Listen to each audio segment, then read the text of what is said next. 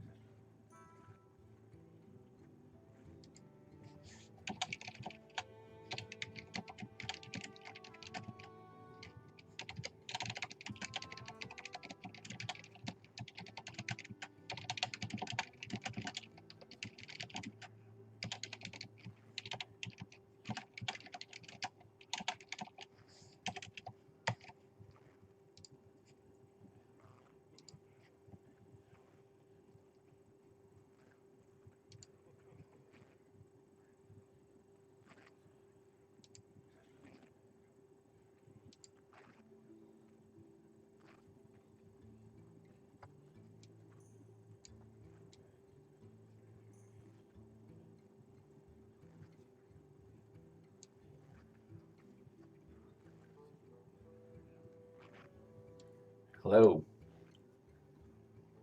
I'm going to open some Festival of Legends packs while we wait. Should be fun.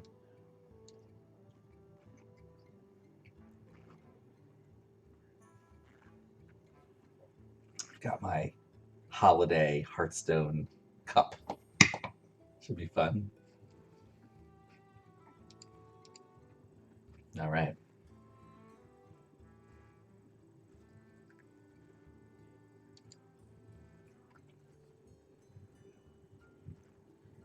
So far, so good. Yeah. We're hoping. My first golden pack here should prove fruitful. Cross our fingers on that one. We'll see. Hey, people popping in. Nice to see everybody. Thanks for joining me. All right. I'm going to open some packs. How's the audio? Can people hear the game sound? Can people hear me?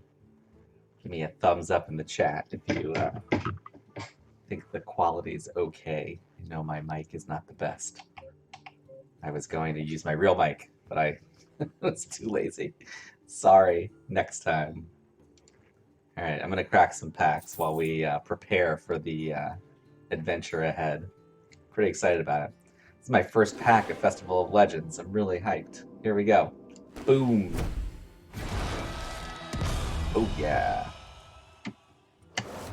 Ooh, what's it got there? Ooh.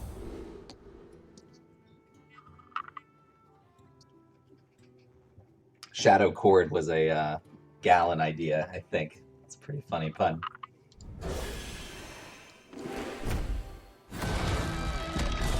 Yeah, get that. Who's that? This is good. Ooh. Oh yeah. Tonight I'm going to be doing Xyrella. If we get through it quicker, I'm going to try to move quicker. If we get through it quicker, we'll jump right into Gup. See what happens. We'll do two. Should change the, I guess the title's good. Yeah. Here. I'm going to edit my,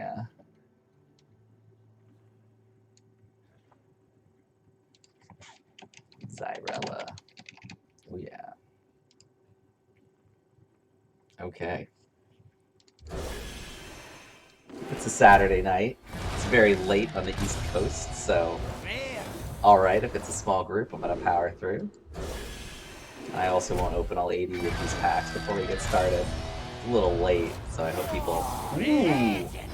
Rockmaster Boone. First legendary of the set. Very excited about that. It's going to be really good. Pretty exciting. Menagerie is shaping up to be very good. I'm excited about it. Put all of the warrior naysayers to shame. Yeah, what'd I get? Oh yeah. Cover artist, pretty good. Welcome, people. Welcome. We're gonna crack some packs while we wait for the room to fill up a little bit. Should be pretty fun. These are my first packs of Festival of Legends. Excited to get to jam it. Disc Jockey. We're actually gonna see him later tonight as we play through Zyrella's adventure. Pretty funny. Would love to do a fight with Banjosaur. Tiny arms could be a funny hero power. Yeah. Yeah, thank you, thank you. Nightmare Fuel. Look, the world of literature is filled with dads. We'll leave it at that.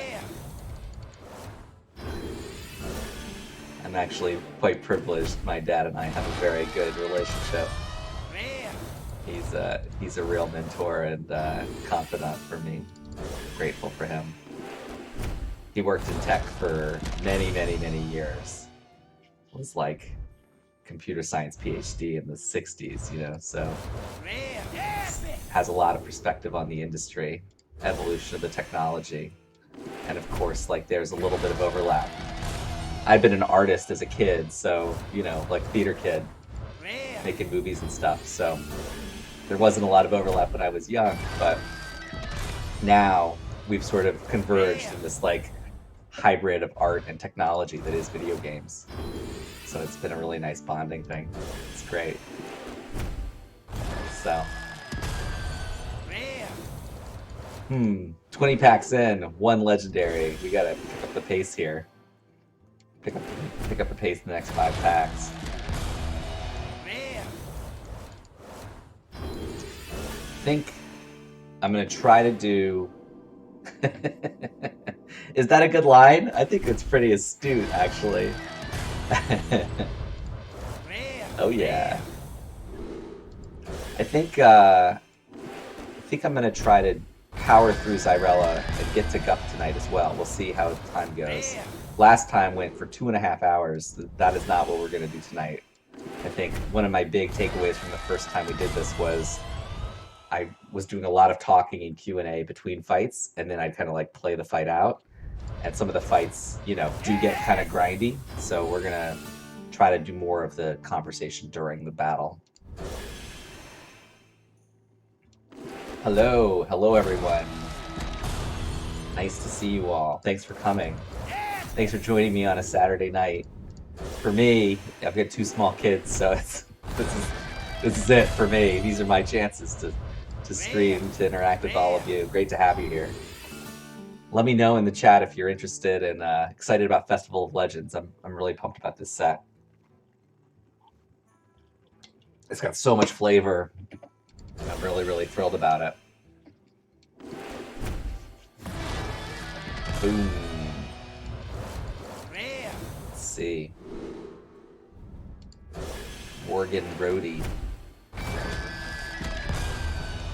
Come on, baby. Get a lot of epics, but still only 1 legendary. I'm gonna do these till I get a 2nd legendary, I think. Then I'll do my golden packs, and then we'll switch over to Book of Mercenaries. Be fun. Yeah, thanks. It's gonna be a really good set. Rotation's always like the best time of the year, because it always feels like the whole game's kind of new again, and it also makes you reevaluate cards from the previous year that maybe didn't see the light because there was just like more powerful options from the year before. But now with those cards rotating out, you know, now we're cooking, right? To see all sorts of fun new things. All right, here we go. Yes, whimsical. There is a VOD of Chapter 1 on this channel. Hopefully you can find it. Check it out. Feel free to skip through it. It's pretty long, but yeah, felt really good about how that went. We got a raid halfway through, and there was like a really good audience, so pretty excited about that. Oh man, only 1 legendary, so hopefully those golden packs will get some of those sweet new signatures. Excited about that. What do people think of the new signature cards? I know that Celestalon put a lot of work into making this new round like Like, really nice, really nice. Rare golden common. Ooh, a golden common. Sweet. Yeah, School of Rock. Oh man, Rare. School of Rock's a good movie. Linklater, right? Love all of his movies. Boyhood's incredible, really incredible. Rare. Dazed and Confused, set in a town where I grew up. It's really good. All right, we'll get a legendary someday. Someday, maybe not today. If I get my light shows, I'll be happy. Rare. All right. Yeah. I won't say that I begged Final Design to revert Warsong Commander, but I'm glad that they did. It'd be really fun to try that deck out. Rare. It's complicated. It can be hard to pilot. But yeah, Risky Skipper plus Grim Patron's pretty spicy. Wow, I'm 40 packs in. Let's do this. Come on, baby. Rare. So it's funny, actually. I'll let you in on a little secret. You know, as Blizzard employees, we are awarded certain. Ooh, I got one. Rare. Hold on. Here we go. Ready, ready, ready, ready, ready. Oh, legendary. All right, Adonis. Love me a priest.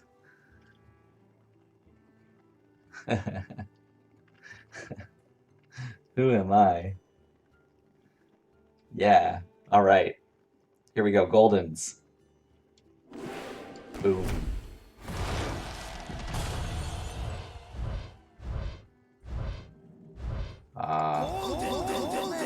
Golden commons. Golden rare. As employees, we are given an allotment of like Blizzard bucks every year that we get to spend, and we do get the mega bundle as well. But it is limited, and so like there have been times where, you know, I have not been able to get everything in Hearthstone, and I actually think that that's good that we are limited. You know, we don't just get a free blank check on everything that Blizzard makes, because it keeps us humble and helps us recognize like when the game's getting too expensive. I think that's an important thing for us to have perspective on. You know, it's easy to kind of forget about that. People are investing in this as a hobby, as a lifestyle sometimes, and you know, I know that as a dev, I'm really grateful for people's support. So it's good, I think, for us to kind of share in that a little bit. All right, let's do these goldens, and then we'll jump over. Boom. Anything good? Come on, I want some signature cards here. Rare. Rare. Ooh, golden disc jockey. Golden epic. Ooh. Some of the 5/5 ancient. Maybe spicy. Here we go. Wow! Golden legendary. Yeah! Okay. Now I'm happy. I can now my day one is ready to go. Golden That was pretty cool. I believe the drop rate on signatures in the golden packs is 1 in 8. So if I'm lucky, I should get at least one signature, although maybe that golden legendary is what I wanted. Ooh, that was awesome. Golden Mana Storm. I'm really excited about that deck. Played a little bit of that on was it Tuesday or Wednesday for the theory crafting. It was one of the patrons on theory crafting, and killed someone from 30 with DJ Mana Storm. It was pretty sweet. All right.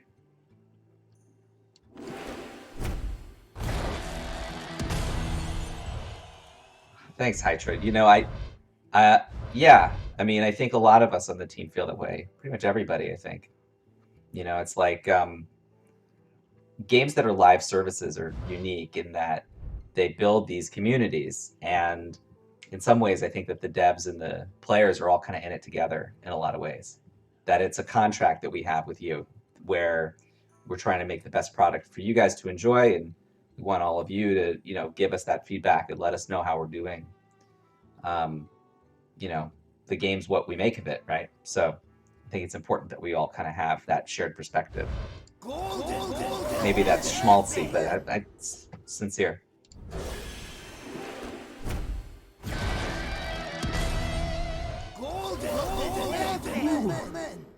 All right, 2 more. I think I'll get a signature. Come on.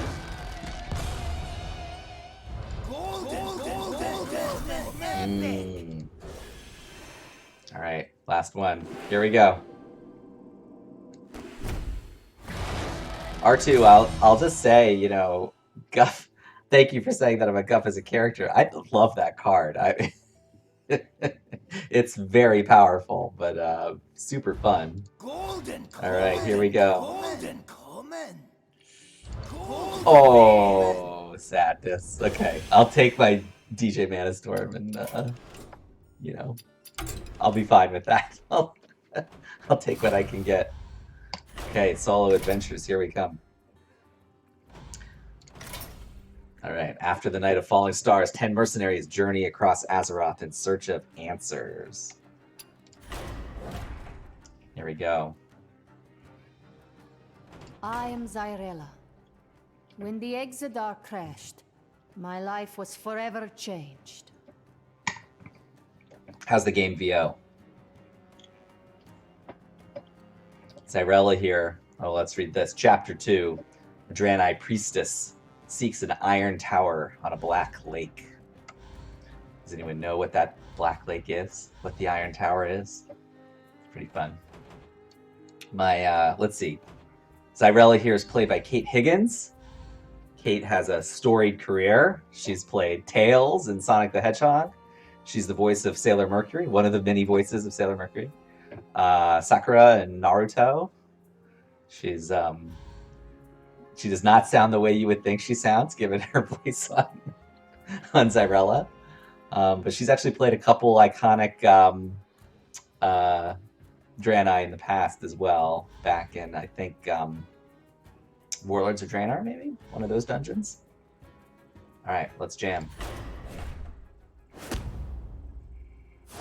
I am a priestess of the light of creation. My only daughter, Runi, lies in a coma. I have tried everything in my power to save her. I failed. One night, there was an explosion in the sky. Shards of light rained across Azeroth. We called it the Night of Falling Stars. I had a vision. A voice spoke.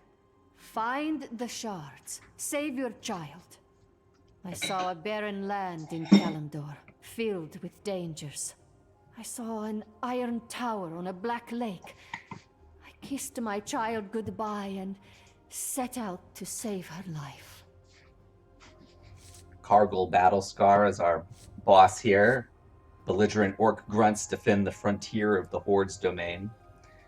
Kargil is a character from Classic WoW. He appears, I think, at the first watch post that you visit when you leave Orgrimmar and head down into the Barrens to kind of kick off the main quest line within the zone. So that was a character that we were excited to bring into the expansion. Keep Watch is his hero power.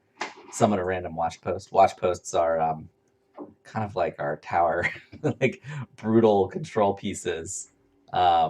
Stacks deck, basically, right? Let's see. We've got some custom cards in Zyrella's deck, including a Mother's Vow. If you restored health this turn, deal that much damage to all enemy minions. This is a custom art piece that we made for Book of Mercenaries. See Zyrella here kissing Rooney goodbye. I think that's the only custom card. Yeah. So, when we were kicking off the Mercenary storyline, we wrote this sort of like long blog post kind of detailing the backstory of all 10 mercenaries, provided some art to get people excited.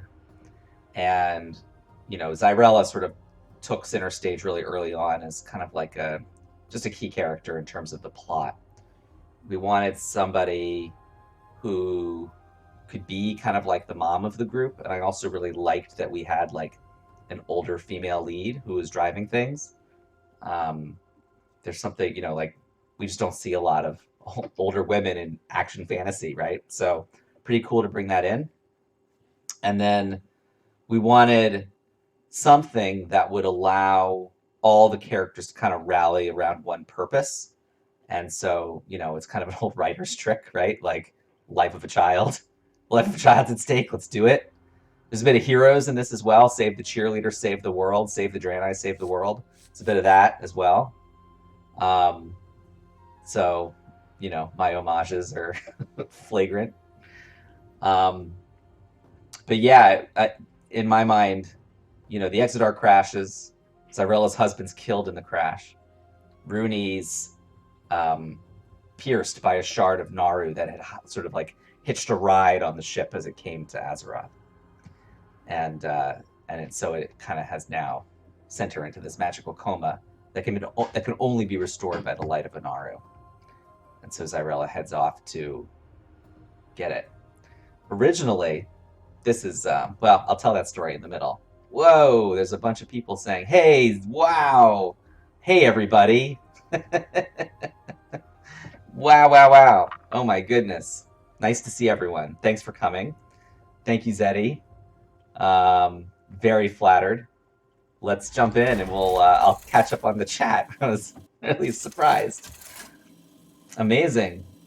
Welcome everyone. Thanks for coming. We're gonna take a trip down memory lane with Book of Mercenaries Zyrella. And I'll comment a little bit on, you know, the craft of making the adventure. I need to slip by and enter the Barrens. This is your last chance, dwarf. Put down the boomstick now, and we'll only save your beard.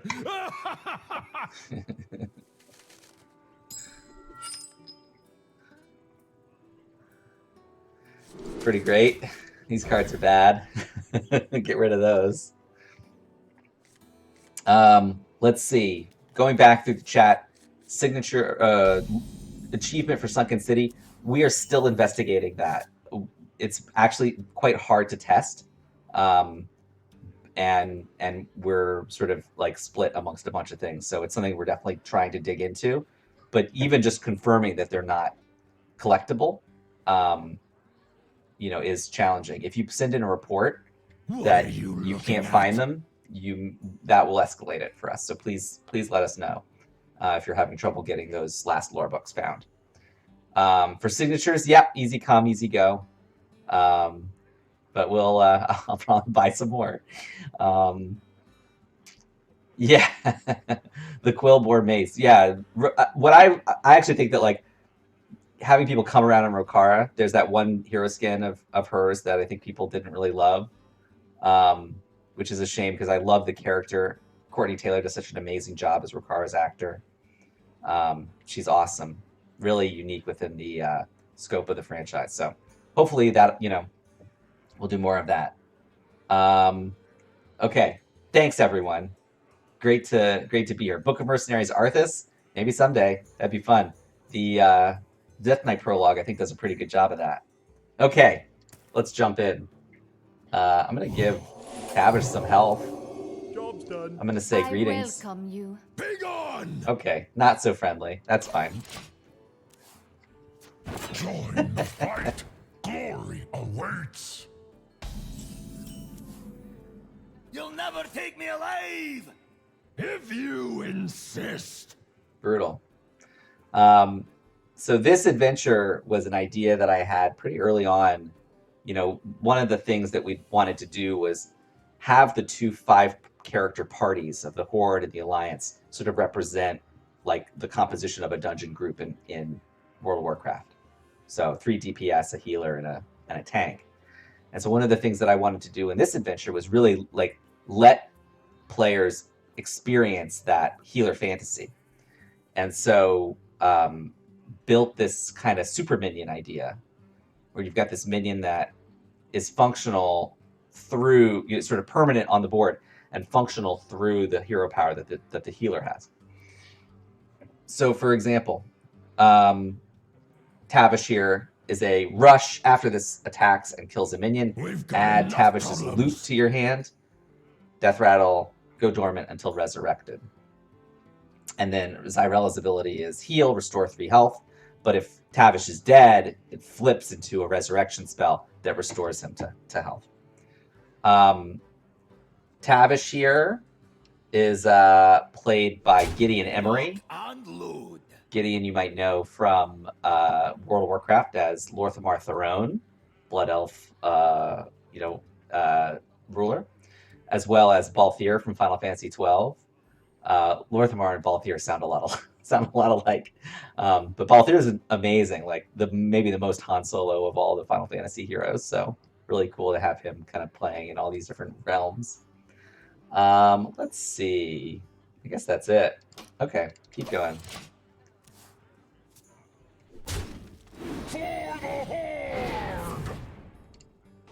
Uh-oh. He dead. Alright, so now it's flipped into Resurrect. So we can try that. Light's blessing to you, Sir Hunter. I am Zyrella. Are you injured? What's it look like, you busybody? I'm wearing this orc arrow in my shoulder as a fashion statement. Hold still. I will heal your wounds. I love the chemistry between Tavish and Zyrella. There's like, they barely tolerate each other in the beginning, but then, clearly are very close friends by the end. I also like here with the Mother's Vow, this custom card that we sort of transport Zyrella's minion ability from the Barrens onto this spell. Okay, let's heal Tavish. Good as new. Good as new. You're dead again. Sorry. Look what I found. We've got loot. Let's see what he scrounged up this time. This is another custom piece of art for Book of Mercenaries. This is an error. There should be italics. This should be italics, but that's fine. Thanks, done. Unicorn. Nice to hear from you. Tame Beast. I think there's like 4 or 5 different effects that you can get, Dogs on the loose. including coin, some variation of coins, hunter spells, mostly Tame Beast though. Yeah. All right, let's see. Feels like I want to resurrect. Good as new. Get more of this. I've got something for you. Thank you. And then I'll do a little healing. Keep going. Join the fight. Yeah, he does pile on some of the loot over time. You end up with one basically every turn, and so you end up with a lot of hunter cards in your deck as well. But that's The good. barons belong to the Horde. You alliance should stay away. My people have been cast out of lands before. Depth and allusion to history. Got our baby Elec. You might recognize this fellow from Battlegrounds. Same Elec from Zyrella's Mount card in Stormwind. That was part of the plan all along. Pretty fun to do that. Whenever I cast a spell, get the blah blah blah. Oh, that's rough. Let's see here. My shield for Argus. Just gonna punch people. Hold still. Yeah, Elec gets big real fast. Guff's Kodo also appears in Need healing. No. Chapter 3. Need healing. Whoa. I All right. need a guide to help me through the Barrens. If we survive this, will you help me? I'm already on a contract. Alright, let's see here. Let's do this. Ooh. Uh-oh. Is this gonna work? Did I mess up again? I think I did. Oh no. Oh boy. Uh-oh. I'm already gonna die. Yeah, I messed up. What am I gonna do? Believe it or not, I'm actually terrible at Hearthstone, and that helps playtest. Oh boy. Pedal stations.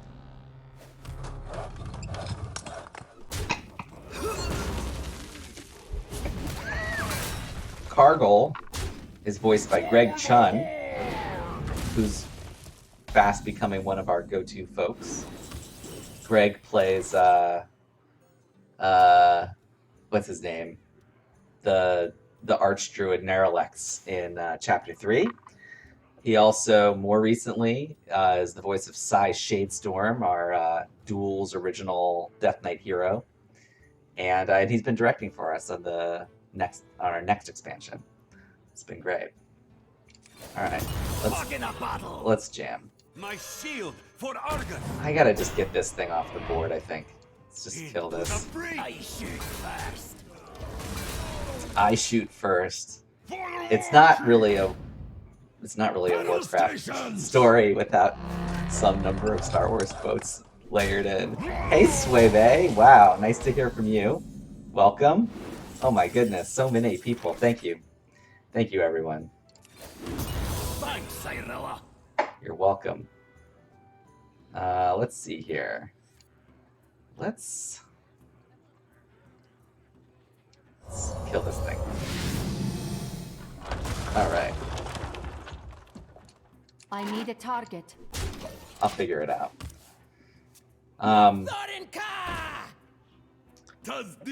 This fight is actually pretty easy. Part of the reason why is because most of the guys' minions don't attack, right? It's mostly watch posts. But that's actually good because there's a bunch of weird mechanics in this adventure, and so giving you, time to figure those out in a safer environment is sort of like a classic dev trick, right? To give you a padded room to start, so that's a little bit easier to navigate later on. What are you looking at? Hey, man. Relax. All right. Another timely discovery. It is not. My book in the bio, my wife was just texting me saying, you need to update your bio if you're streaming. My book is called The Eighth Continent. It's about brother and sister who are on a sci-fi eco-adventure, trying to save the world from pollution. It's cute. Made for 8 to 12-year-olds. All right, let's see here.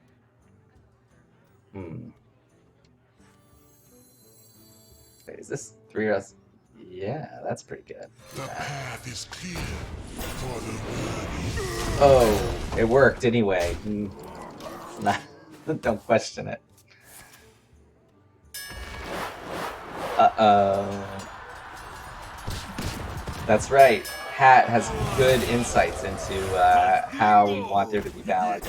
I am going to end up repeating myself repeatedly during these streams just because, a lot of the principles are very similar across the board. Alright. Do I want to... Yeah. Sun exposes weakness. The sun exposes weakness. We basically got this now. We're being attacked. Great. Good to know that. Yeah. Sword, shield, axe. Whew. What do you need? Blistering. Such skill. Begone! Here we go. Hold back, grunts. Thank you, That Swebe. dwarf and his healer are too powerful. We did it. Wait, Sir Hunter, where are you going? Come back.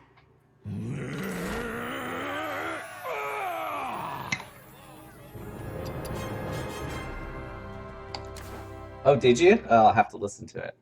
I only listen to podcasts where I'm mentioned by We name. broke That's through my the orcs' role. watchpost, but I knew the barons would claim me without aid. Though he refused to admit it, the same seemed true for the dwarf as well. I do have saved copies of my... OBS is saving it separately from Twitch, so hopefully I can...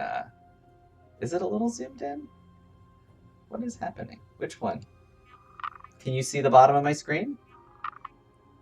Top part? Yeah. You're not missing much up there. How do I do... Oh, no. Now what do I... Okay, hold on. See, this is where it gets you. Okay, here we go. There we go. How's that? Is that better? Better? Good? Is that okay? I'm not a professional. All right. I missed all that dialogue because we were talking. What are they talking about? Serena Bloodfeather. Witchwing harpies mark the end of many young mercenaries in the Dry Hills. Dry Hills is a sub-region of the Barrens in WoW. Her ability is Shadowwing, Lifesteal, deal 3 damage. I remember our first playtest of this, the text read, deal 3 damage, gain 3 health. I think it was Keaton maybe, who was like, no, fix it. Simplify. Serena Bloodfeather's played by Karen Strassman, maybe one of the most recognizable voices in Warcraft. She plays Vanessa Van Cleef, Chromie, Captain Eudora, another chameleon. Stay, She's you awesome. fiend!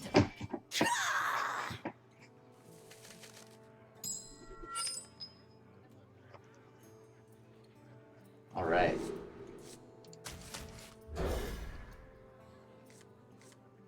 Serena Bloodfeather is a elite mob that you kill on a quest in the Barrens in WoW. And she is the sister of another harpy that Thrall kills in, I think, the final mission of Warcraft 3. That, like, long campaign mission. Do you need a blessing? With Rexar. Job's done. Alright. Or maybe I'm mistaken, it is Rexar that kills the sister. Don't remember. This dwarf is under my protection. He stole from our treasure trove. He must die. Die!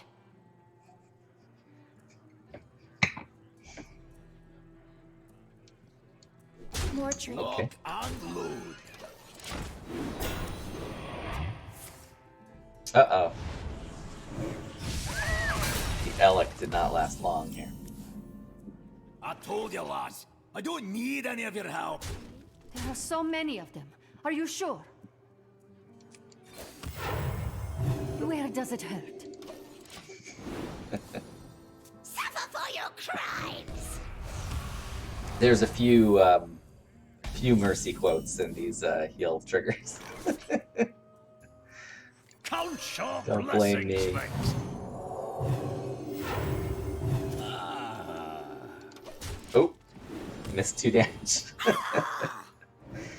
Oh man. You are the Yeah, these Shadow's early fights are puppet. kind of, again, pretty chill, pretty relaxed. Don't I believe a word mentioned- she says.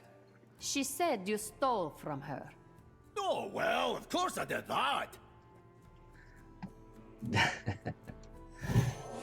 There's what's going on here? Yeah. Do this. Here, catch. BioShock Infinite.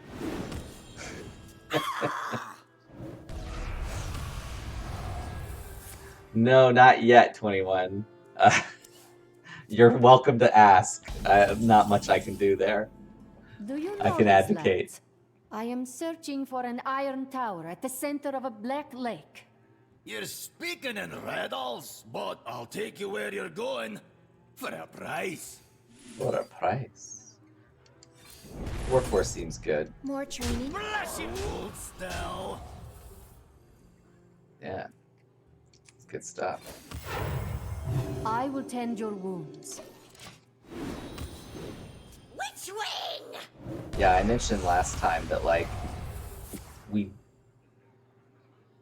think we sort of adhered to the structure of, like, 10 adventures, 1 for each hero. Every adventure had to be 8 fights. If gold is all you care about, you can have my share of the loot. I only want to save my daughter. All right. You're gonna make me beard all tear-soaked. More training? Not sure if that was necessary, but it was fun. Feel better? This adventure, I think, could probably have been 6 fights, shadow 5 or 6 engulfs fights. us. There's a few that just feel a little bit I have padded. so much in store. This for one's you. fine. It's an iconic character, or like a known character from the zone if you've played the zone. But like the next one feels kind of like bloat.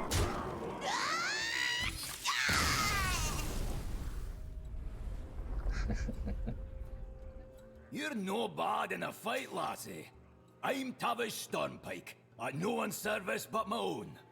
I cannot promise riches or glory, but I swear on my life I'll try to keep you standing in one piece.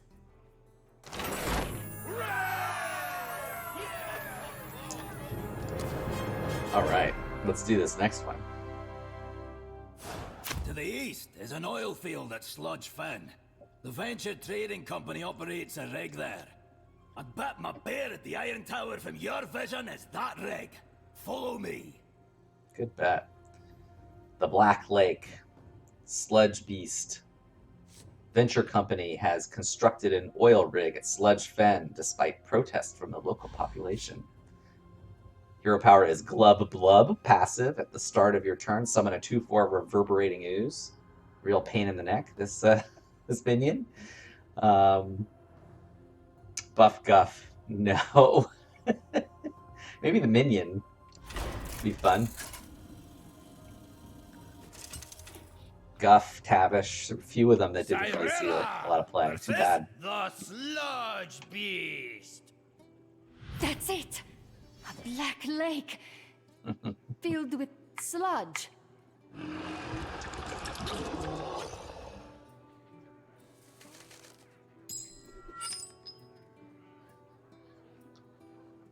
All right.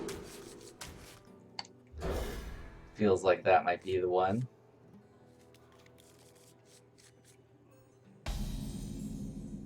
All right. We've got Tavish. One of the things that was important in the development of this tier was, keeping the deck pretty creature light, minion light for Zyrella, so that Tavish really shined I as wouldn't the star of the expect a deck. warm welcome from the local wildlife. Yeah. Good thing I have such a skilled hunter to protect me. Hard not to flirt, I guess. It's a little awkward. But yeah, always fun to watch the actors play. Job's done. Boy. Maybe I shouldn't have done that.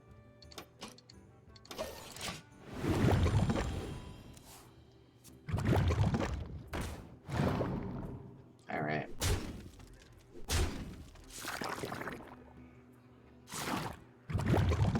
Yeah. One of the key sort of designs that we did was these super minions. And with this like resurrection ability, usually it's the revive keyword, right?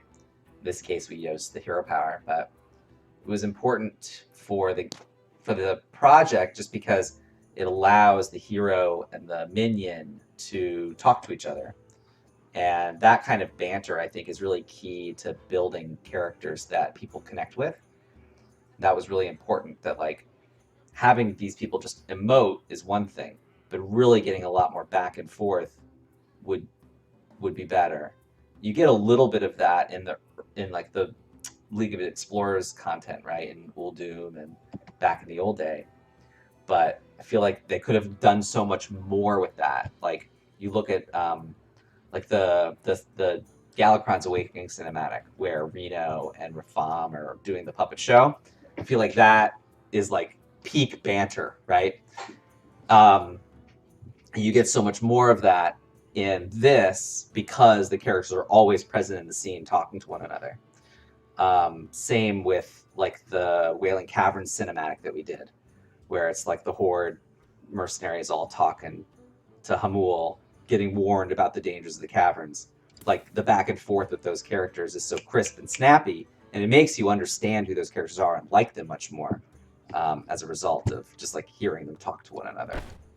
Something that's missing, I think, a lot in like card game narrative, for example. Okay, let's see how this goes.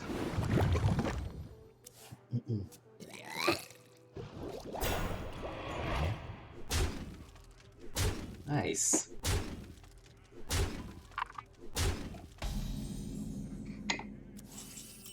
In my vision, I saw a shard of light at the top of the tower. We must reach the summit. Looks like we'll have to fight our way up. Looks like it. All right, let's blow up some dudes. Lock and load. That didn't give me a Tavish's loot. It's not good. I'm not sure why that didn't happen. Oh no.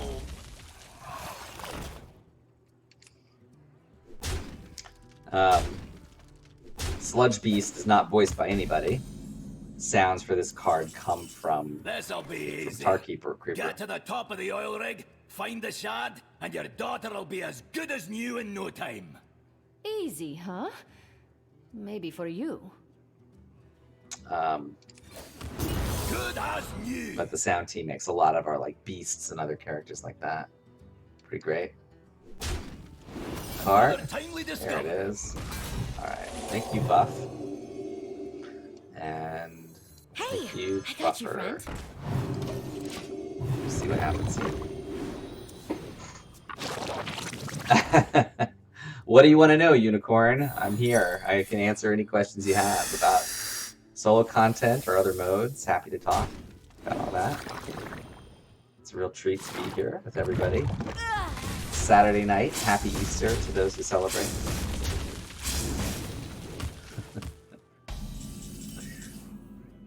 Do you have any family, Tavish? Aye, the Stormpike clan. A noble house, if you're from the side of the family with money.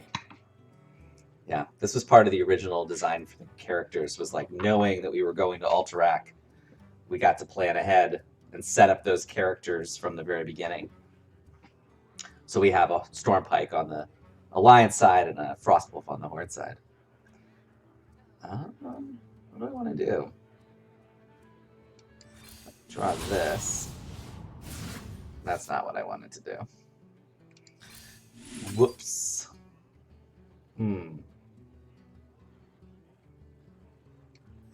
You're paying for my kill him. discretion. Let's heal me. Let's kill him. And then let's kill him, I guess. Aha! Loot!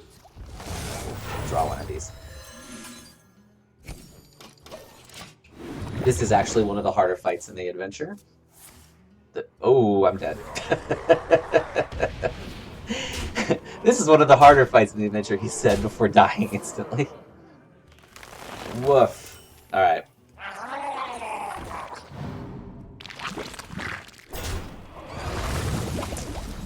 Modest, you know, I think, The fumes.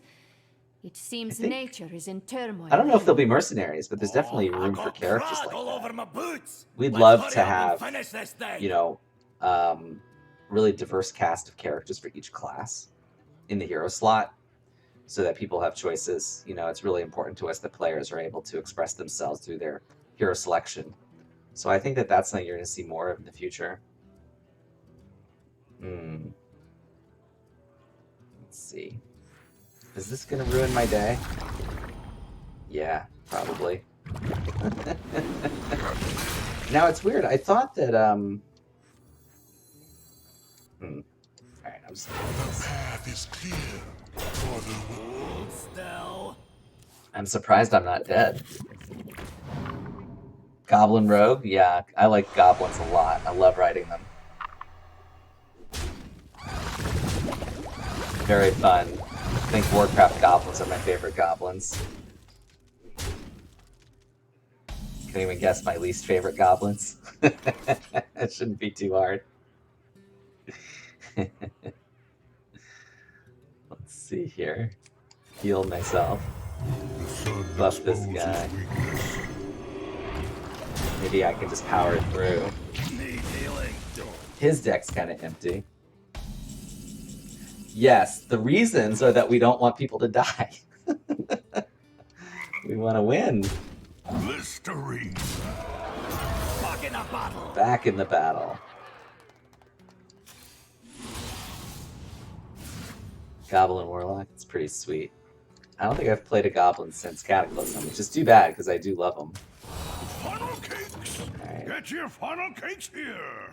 Hey, I got you, friend. Just gonna hang out here and win. It's the real Matt London in the flesh, Colst. Congratulations on your tearing up the arena ladder. Pretty exciting.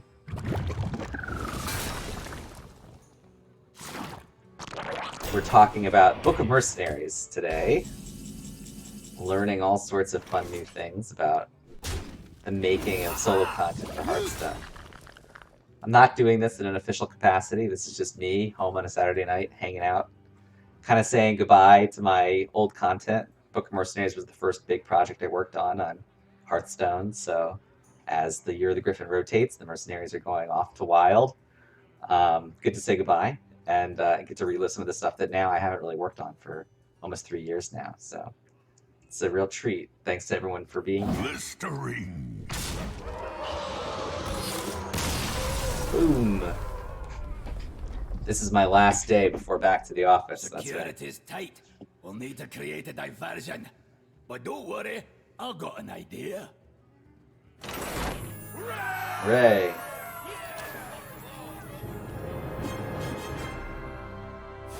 We need more firepower to cut through those goblins' defenses.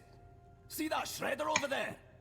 That terrible-looking machine with the saw blades? We should stay away. I mean, no! We're stealing it! So now we get a little chase sequence. Engineer Whirligig is our boss. Familiar art. The less art you make, the happier people are. There is a name for Tavish's plan to break through the goblins' defenses. It's called stealing. Whirligig's hero power is the big red button, which you may recognize as Dr. Boom's hero power from his hero card back in Boomsday Project. It's a pretty grindy fight. Yeah, so this kicks off the beginning of the Sludge Fen oil rig section. One of the lessons that was imparted to me by the team as I was kicking off this project was to try to contain as many of the adventures as I could into like one goal or one location to give them that sense of unity. It was something that I think they discovered in the early Book of Heroes projects, that because those stories are spanning so much time and so many different places for those characters, that there's not a lot of continuity and it feels a little disjointed, to the point where if you don't already know the stories and can appreciate the Cliff Notes version of them in the adventure, that you're really lost narratively. And so by honing in on one particular act or one objective, these stories feel much more contiguous and more cohesive. So here, the story is Zyrella is sneaking into the Barrens looking for these shards of Naro. Her vision is drawing her to this iron tower on a black lake. She finds the Sludge Fen oil rig, fights her way to the top, and gets it. And it's like, that's a way simpler story to tell than, you know, everything that ever happened to Anduin from the time that he was 8 until he, you know, completes his mission with the Divine Bell and Mists of Pandaria. So, hopefully, it's easier for you all to follow, too.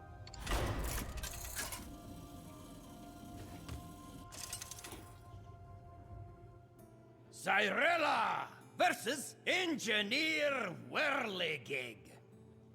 Are we truly going to fight this thing? I still gotta meet tonight's quota. Get out of here!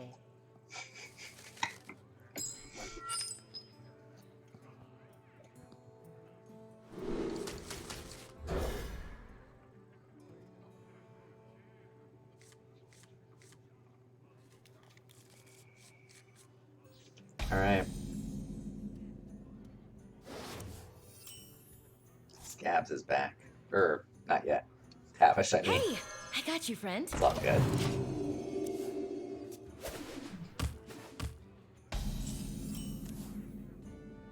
Careful, Zyrella. Goblin technology is not exactly the most reliable. Tavish, are you worried about me? I don't know if it's Kate or me that makes Zyrella so flirty, but She doesn't hesitate to charm everybody, including Reddit. Beaming Sidekick here predates all the Mercenaries storylines, but actually is voiced by Kimberly Brooks, who plays Tamsin as well. It's kind of funny. All right. It's going to be okay. Lock and load.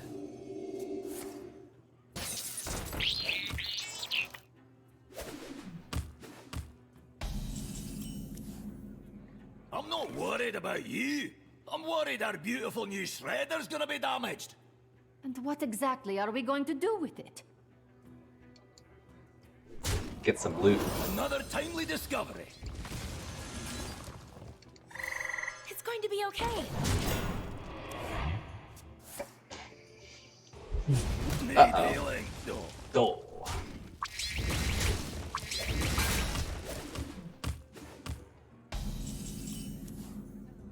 Aye, just keep those healing spells coming. I'll handle this.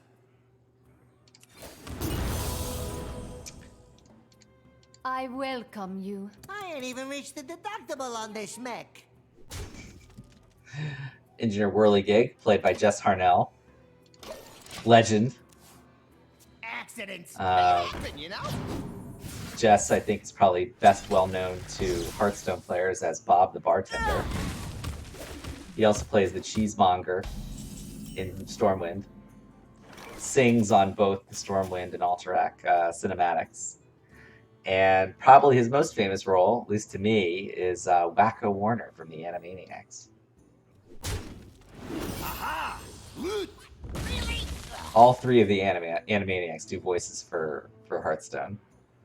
And, I mean, I was a religious viewer of Animaniacs. I actually kind of I knew all those crazy songs by memory, like by heart. I could do the whole Countries of the World when I was a kid, so I was like really into it. And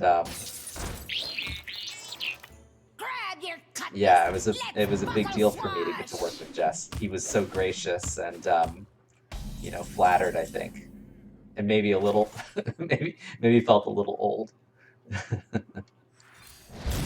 given that I'm not a spring chicken, but was a kid when he was doing Wacko. Job's done.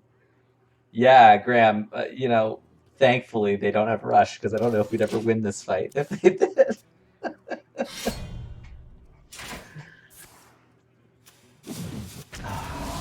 What do people think? Should we put Dr. Boom Hero Mad Genius back into core set? People I know were speculating that that might have been one of the Warrior legendaries. It's a pretty awesome card. All right. I'm gonna leave Tavish asleep for a minute so I can develop my board a bit here. Modest Move says, nope. Nope. No, thank you. I swore to keep you safe. Aha! Loot! Aha. Get it. Let's get some gear. A hyena, huh? I'm making progress now on this.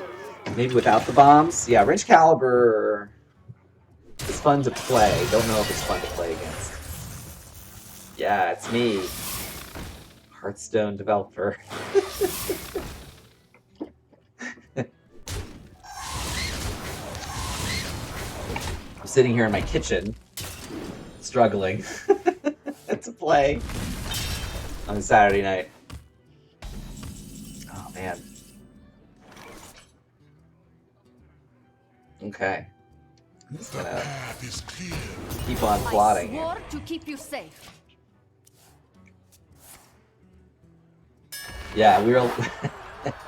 What's everyone's favorite Animaniacs quote? Would love to see that.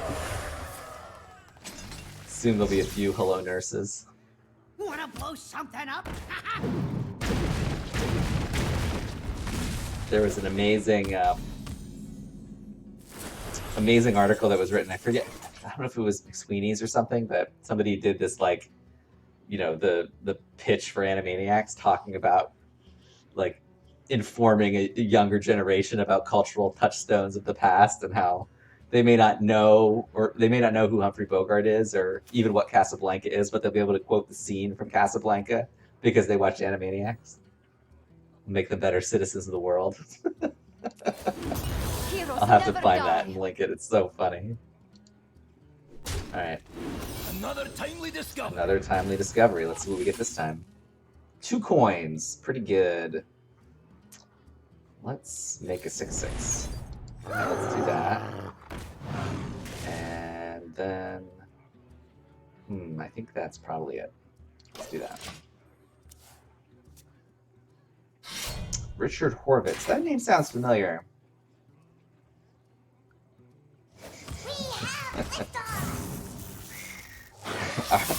Arctic, that's pretty good. Yeah. That's dirty, you know.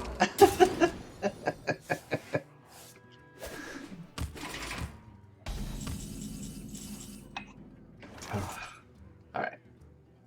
Oh, you're almost dead. Let's just kill you. Come back to life! Come back to life!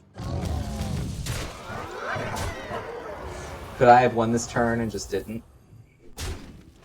Look what I found! What you found?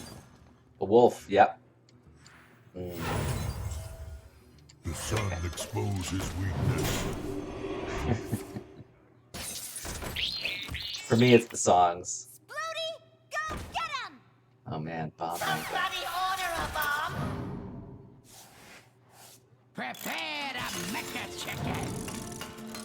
Hobart Grapple Hammer. Does anyone know what that card does without looking? Give all weapons in your hand and deck +1 attack. Yikes. I can do better with that card, I think. Ha ha! And the shredder's still in one piece! All aboard! Here we go.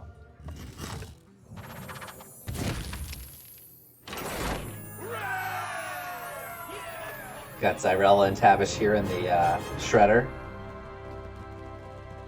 I do love this piece. It's great. It's a cool style. Really cool style.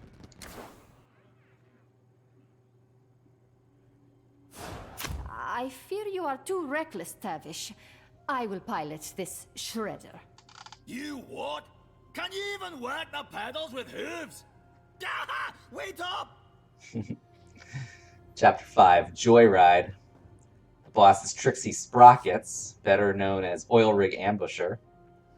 Zyrella grips the shredder's controls. She thinks of her vision and feels it coming true. It's, well, it's funny. So when I joined the team, I knew I was doing Book of Mercenaries and actually got to piggyback on some flavor design for Barons. So did a lot of art descriptions and VO for that. We just want the shard. They're after the shard! Kill him!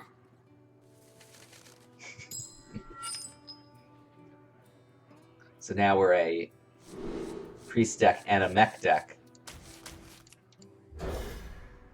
This fight's very grindy.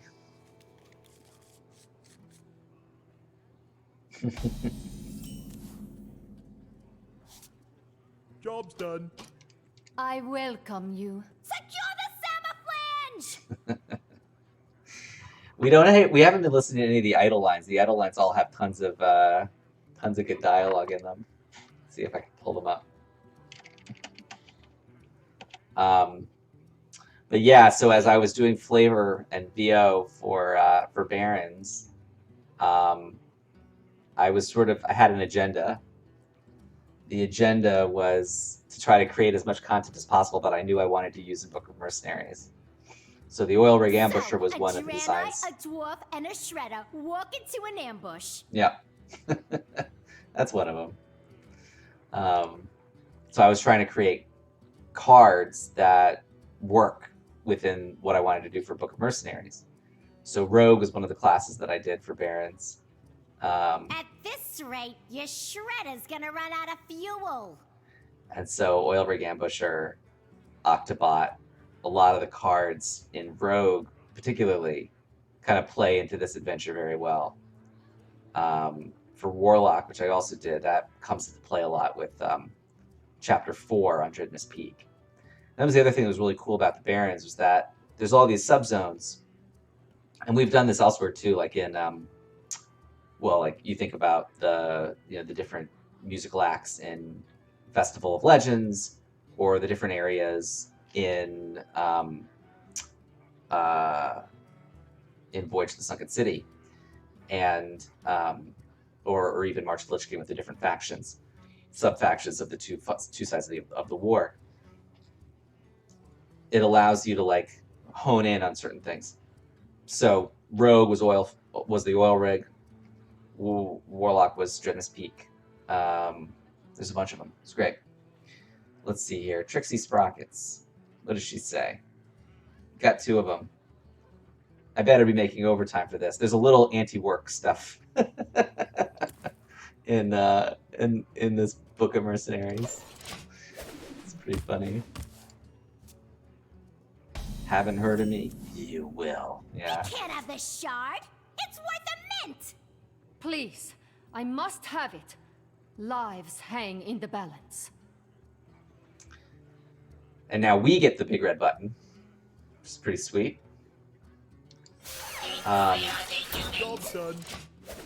Zyrella's really focused on her daughter, and I think it really works. You hit that note a lot in the writing,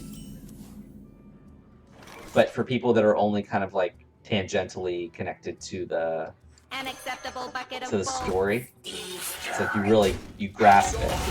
So it's like even if you barely know anything about Book of Mercenaries, you might know that. And for narrative design, I think that's actually really important. Hogs on the loose. You do have to kind of over-explain sometimes, but it makes the story more clear for people.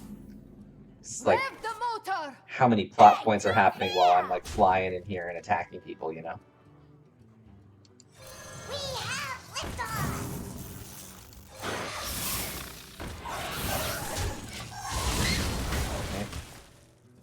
Okay. Oh, is that an elemental, not a... Yeah, what a ripoff.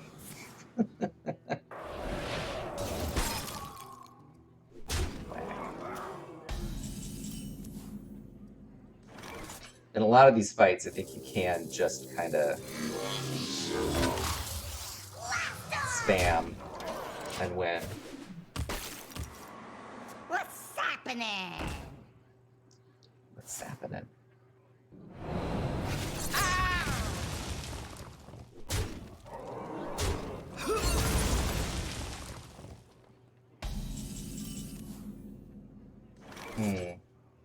These are pretty good.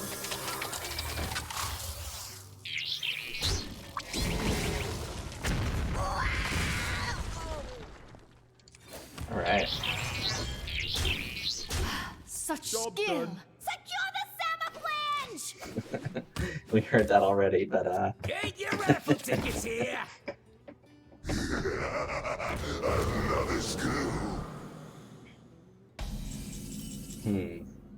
There are so many of them. Let me handle this. I'll handle you! ooh, just buffed. Access denied. Sweet.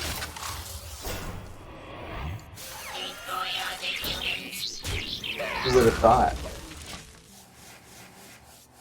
What's a Samaflange? Samaflange is a collectible item with no purpose from WoW.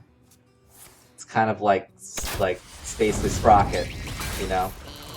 It's like a Plumbus. Like, what does it do? We don't know.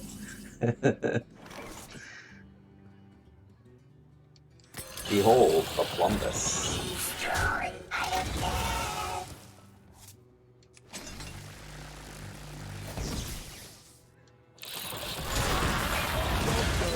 A lot of mechs.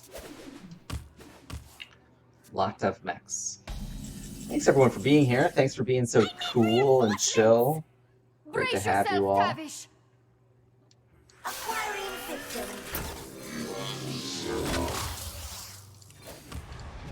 I'm unstoppable. Special delivery! sword.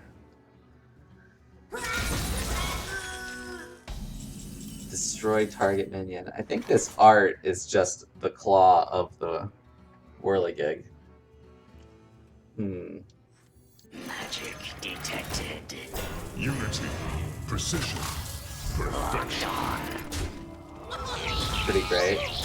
Who's excited to play Ziliax in Standard again? I know I am. Put that in my deck. Light Show's looking spicy. Seeing that in the chat. Really good. Yeah, so these I like that there's this this kind of spice to the fight, you know, where everybody's you know, sort of focused on getting to the top of the tower. Feels good. It's like an adventure. But I do think we could have tightened it up a bit. Could have been 5 fights, 6 fights. Yeah. I think the best play lines in Hearthstone are the ones that you just can't help but say when you play the card, you know? Alright, can I magnetic my way to victory here? Yes. So long, Samaflange.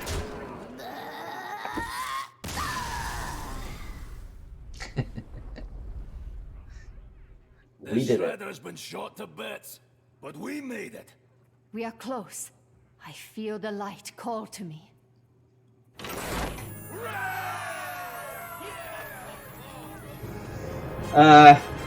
Well, I like unity more than purity as a aspiration, I think.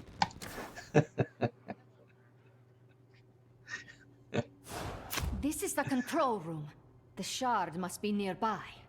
But first, we gotta get past the security, the traps, that gnome. Gnome? What's a gnome doing here? Gnome? What is a gnome doing over there? It's a rogue. Our boss is Tinkerer Sniggles. Sniggles outfitted the oil rig with the most dangerous security system this side of the Netherstorm. His hero power is Titan defenses. Add a copy of a secret in your deck to your hand. Oof. I forgot to mention Trixie Sprockets from the previous fight, played by Sally Safiati. Probably best known to Warcraft fans as First Arcanist Thalisra, paramour of Lord of Martha Roan, and star of Legion. Sniggles here. Mick Wingert, who we saw previously as Feegly in Chapter 1 of Book of Mercenaries. Also plays Iron Man in a lot of the Marvel animated shows. Cyrilla versus Tinkerer Sniggles. We're gonna need more gunpowder. There is a gnome, and he looks... This is our town, scrub. You Yeah. alliance types beat will it. never get past my defenses.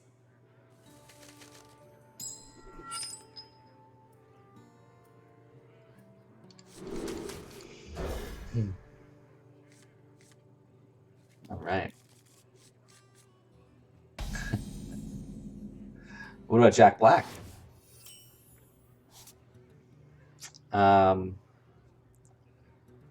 So here's a pop quiz for everybody.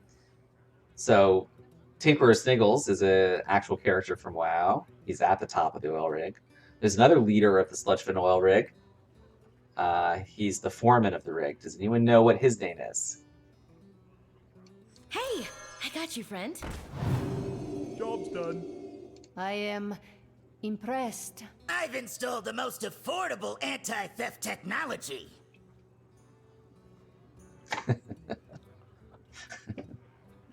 I do like that Sniggles is all about pitching pennies, and all the other goblins are like, please save my life. I don't want to work this job anymore.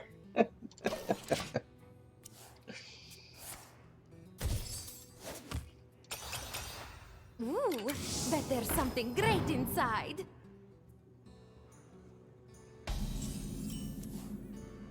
Hey, get out of here! I infiltrated this oil rig first, and much more quietly. We can work together. Scabs here. Scabs is played by Dave B. Mitchell. Probably best known as Knuckles from Sonic the Hedgehog. Dave's great. Was really just so happy to be part of the big cast. And actually in the booth I tend to be a little bit more over the top with my context and direction. Blizzard doesn't, phone it in when it comes to getting the lines right. And so some actors are like, let me just kind of get through it. And others are like, no, let me know what all the detail is on the story. Dave was like really into it and like would come back for future sessions like ready to go, remembering all that stuff. So he was really great, real professional. Slice and dice! Slice and dice. So here we go. Scabs, another super minion. Rush, poisonous. Death Rattle, go dormant until resurrected. Tabashir still has his loot generating ability. That's better. It's going to be okay. Emerald Dream. Don't joke Come about in, such things. Come in. Everyone's a winner. All right. Blow him up. Charge 4. Assassinate! Hold still.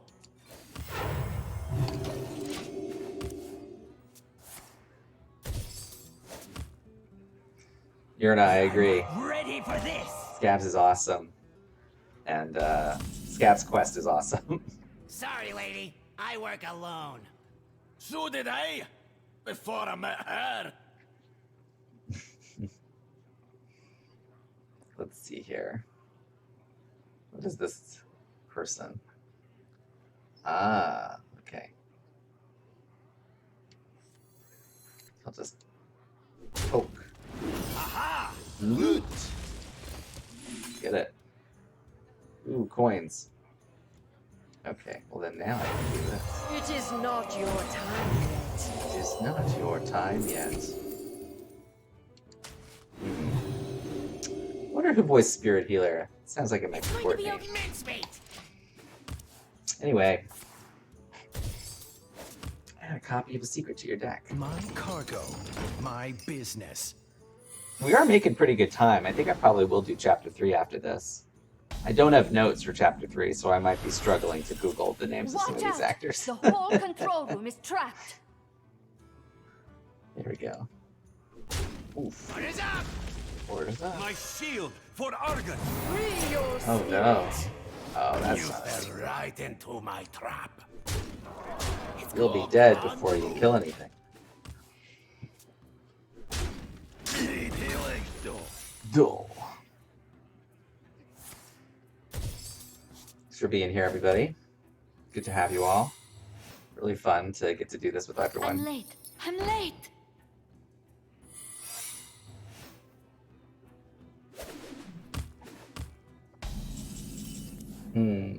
Not bad. Those are some SI7 moves. What do you know about SI7?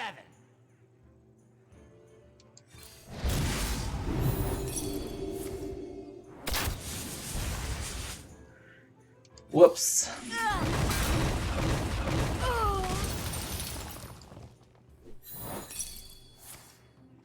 Oh no. Disaster. Cloudy with a chance of daggers! spirit. You know, it's really good to see people saying like, "Oh, Scabs is my favorite, Guff's my favorite." Like, I love that everyone seems to have a different favorite mercenary. That's the sign of a good cast. I'm grateful for that feedback. It's nice. Knives rain! Knives Rain. I'll just pump here. Free your spirit. All right.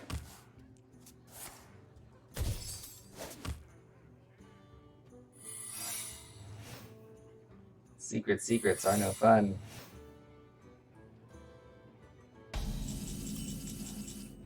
I know they're Stormwind's gaggle of spies. Yeah. Who fight think- just like you do. Will you keep your big flapping mouth shut?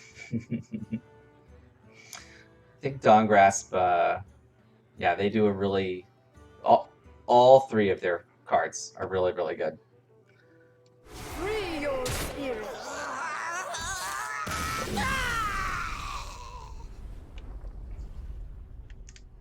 Huh, we make a pretty good team. Then let us see it through together, the rest of the way. Scabs and Tavish building their relationship here. Pretty happy with how that played out. The fight where they sort of have their catharsis is a little too easy, so I think a lot of people beat that fight before the dialogue finishes, which is a shame, because there's some good banter in that. Tavish and Scabs are very like Legolas and Gimli through the whole thing, you know? They have this sort of like rivalry, but end up, you know, the closest of comrades. The name's Cutterbutter. Scabs Cutterbutter. What brings a dwarf and a Draenei to the Barrens? Riches and glory! Oh, and the purple one wants to save her kid. Let's do this! Alright, Chapter 7, The Iron Tower. Octobot. On the Black Lake, at the top of the Iron Tower, Zyrella finds what she has long searched for. Ability, 8-armed freak, summon 3 tentacles. We had just introduced spell damage, spell schools to the game, and so we wanted to do some fights that leaned into those new mechanics. So Octobot's an example of that, where The shard is powering that strange each tentacle machine. has its own spell school damage.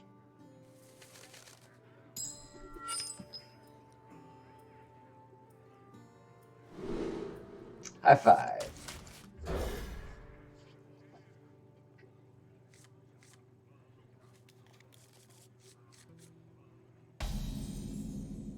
Yeah, a lot of these are pretty grindy. It's a priest adventure.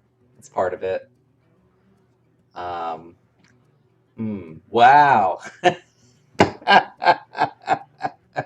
Well, this will be easier now.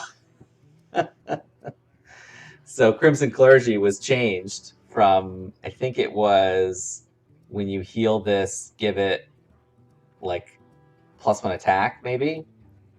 And now it's overheal, draw a card. Got redesigned along with a bunch of other cards from the old Priest Core set. Now they're the sort of the overheal package, so this will be interesting. This fight should be easier. Yeah, modest. I mean, that's the whole point, right? Like, striking that balance where you kind of love her, you kind of hate her. It's like, that to me is a really good villain. By the light of creation, here at the top of the Iron Tower, my vision comes to pass. She always talk like this? No, she's flirting the other half of the time. Cloudy with a chance of daggers! Be gone, abomination! Lock and load. Arcanon Poros.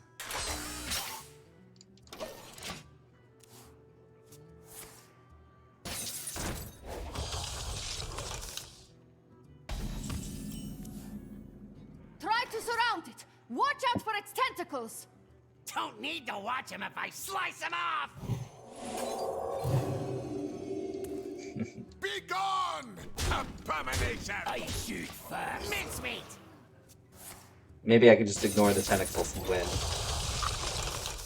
Yeah, Zyrella's art is all pretty fantastic. I find myself... She's up! It's pretty easy to continue, you know, using Zyrella skins. I was really happy with the way that the Shadow skin came out in Stormwind. That had originally just been a part for Mercenaries, for Book Mercenaries, for that plot point where Tamsin sort of turns the shard to void, corrupts Zyrella temporarily. Players were really excited about that art for her, wanted it as a skin, and it actually made a ton of sense. We'd done this Garrosh pirate skin, and it kind of clicked for me. I was like, you know, we don't do a lot of skins where the characters are... we don't do a lot of skins with characters represent like a deck archetype, you know? It's usually like a moment for that character in time. And I thought it would be really cool to be able to like have these dedicated archetype skins. So we tried the one for that's a lot of damage. We tried one that was this like Shadow Priest one, and I mean, it sold really, really well. People were super into it. So, thanks for the support. Scabs, have you always worked for SI7? I never said I worked for SI7. Come back to life. I'm up. I'm up. Here, catch.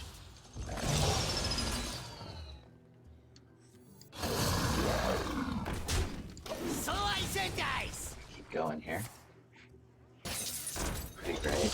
Really great.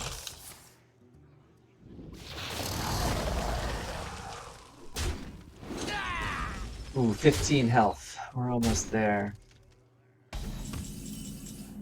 Alright, I'm gonna... In my previous career, timing was everything.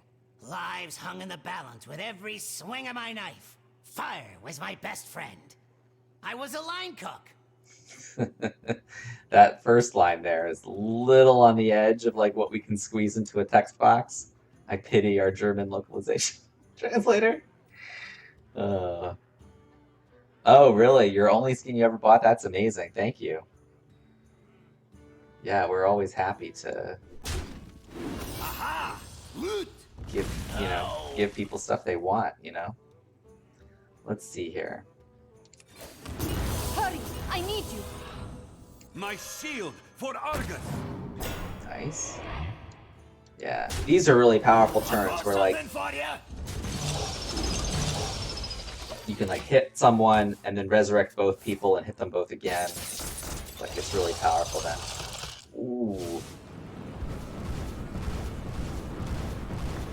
Goodbye. Hey, 2 of them lived. That's incredible. I'll All right. handle this.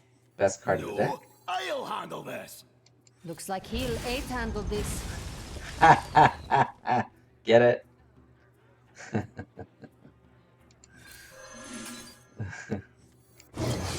That's pretty funny. Into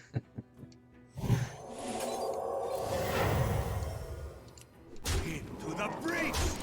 The nice thing about not playing this for like 2 years is that I forget all my jokes. I laugh at them again because I really just write them for me. I don't write them for anybody else. So there's plenty that it's like, obviously I'm the only one they're written for. I was in the booth. Oh, hold on. My thanks. Yeah. Come back to life! Here, catch. Oh, there's always so many puns. That's a Hearthstone thing. That predates me, but I definitely lean into it. I mean, I'm part of it too, right? Rubs off on some of our content creators as well.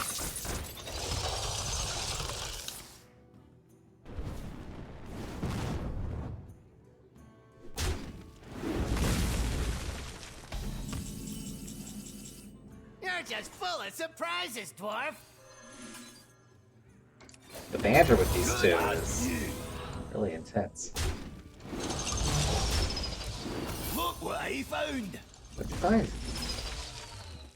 A trap. I just need like one turn where I can have like living people. Brutal. See, puns are interesting because what? Well, that's really good stats for cost.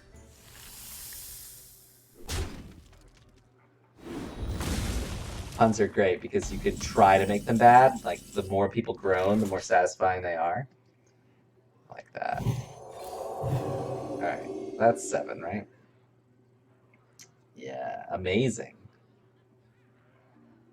What did people think of the April Fool's patch notes this year?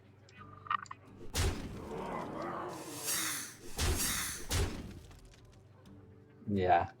I had one joke I contributed to those, which was Edward had written, Gallon had written, the Nimsy is the new Warlock default hero, Nimsy's the new Shaman default hero, and I said, Battlegrounds, new default bartender. That was mine. But yeah, some of the jokes are really obscure. I was in the booth just a couple weeks ago, and I was trying to explain a line to somebody, and it was like, well, you see, there's this line in a scene from Who Framed Roger Rabbit. Just like a 40-year-old movie. There's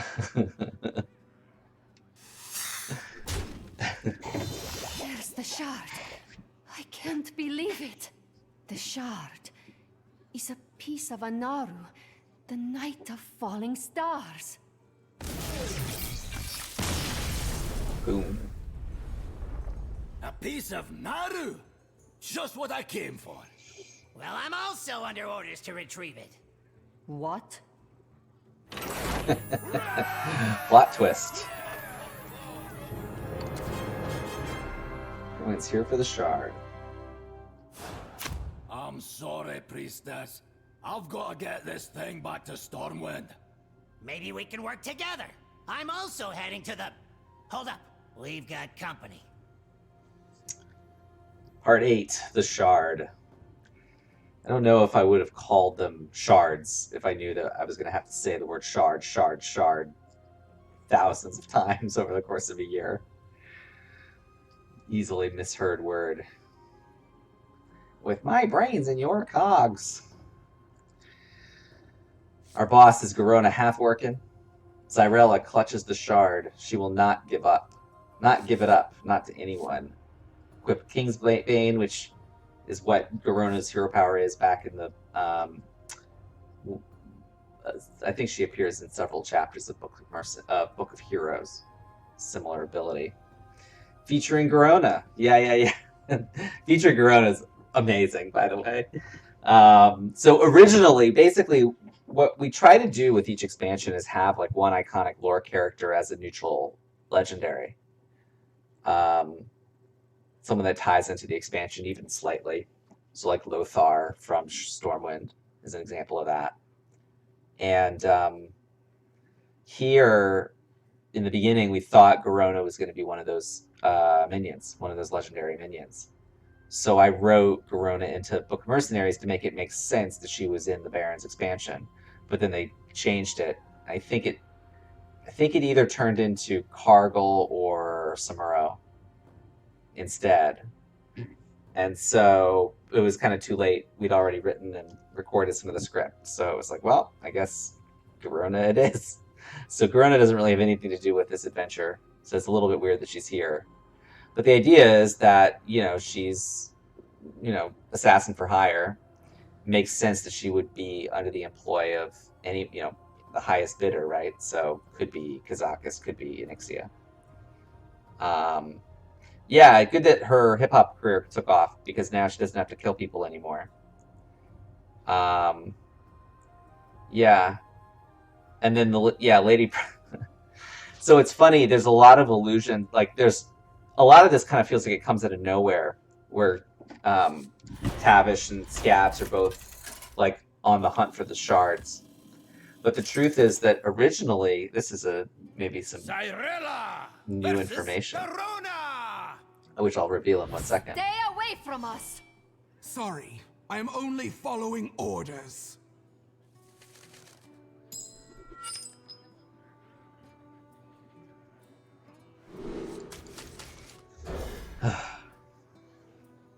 The hands are always bad because you start with these 2 minions in play. It's okay.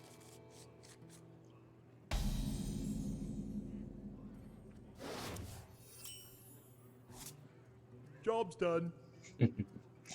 Home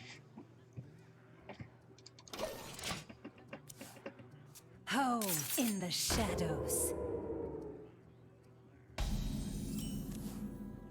We can fight her off if we work together. You don't want to cross my blades.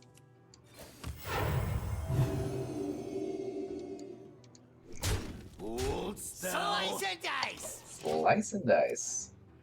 Better be something good.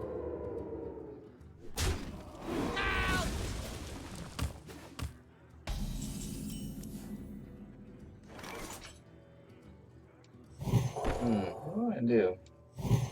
Push some damage. Lock and load. So this isn't inside info or anything because it was on the Year of the Griffin progression chart, but we'd originally planned for Mercenaries to come out much sooner, and then it ended up getting moved. And so in the original Mercenaries trailer, cinematic, was supposed to come out now beginning of the that is year. an assassin. And originally there was a shot at the beginning of the trailer. We had storyboards for it, like animatics, where the opening shot, the like Blizzard Entertainment Presents shot, is this Naru sort of zooming across the sky, shattering into a million pieces and raining down across Azeroth. And then it like pulls back and reveals the window where Kazakus and Onyxia are watching this scene in their, humanoid guises. And they turn to each other and start the song. Kazakus, how long have we plotted and planned, right? Teach you fear. And that turned into like the map that they have. They like removed the window and put in the map because it was like too late narratively. We'd already had the first several books of Mercenaries chapters. But originally, it was supposed to be the kickoff. Is the recruiting that they're doing in that trailer is sending the mercenaries off to the Barrens to find the shards, and that's why it's kind of like without preamble here that Tavish and Scabs are both like on the hunt for shards of Naru. All right, wake up, boys! I'm up. I'm up. It was a beautiful shot. Yeah, it's just like this single beam of light almost, and then the text. Because like where Blizzard Entertainment Presents appears in the cinematic, no matter what the game is, right, is always just like it's a really cool. It's like a Hitchcock cameo, It's like really really fun to think about where those go. And it was this like real pulse pounding moment. Got you super hyped for the trailer. Okay, what are we doing? Quit pulling aggro. Job's done. Drink up me hearty. Yup. Save me! Her knife skills are on point. Get it? Yeah, the trailer's awesome. Really good. Enjoying the fair? There's so many good songs in Year of the Griffin. I think that's my favorite one, though. It feels like it feels like a villain song. The other, like Onyxia's song, also feels like a villain song. It's really good. I think part of the conversations that we had early were just like, there's so much shared love of like classic Disney. Tavish? He's changing. Isn't that beautiful? Yeah, there's something we really loved classic Disney, and so you see that in like the jazzy world. It's like the Mercenaries trailer is a little bit like Friend Like Me, and the Stormwind trailer is a little bit like the opening song of Beauty and the Beast, and then Villain song is very like Onyxia's song at the end is very like Be Prepared or Prince Ali Reprise or something like that. Okay. Come back to life! Oh no. One of the best things about working on these projects is getting to collaborate with so many just like genius artists across the different departments of Blizzard, whether that's casting, voice direction, sound post-production, art, VFX, cinematics, our story and franchise department, which does just tons and tons of work across all of Blizzard games. All of those people just work so damn hard and are really, really good at what they do. I think it's one of the things that's really just made Blizzard best in class for so long when it comes to that kind of like entertainment package. So great. The path is clear for the worthy. This only works on the simple-minded. Card's fair.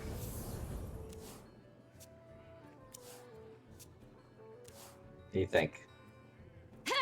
Got a job for me? Anyone in the market for a Ancestral Recall Draw 4 using new Draw 5?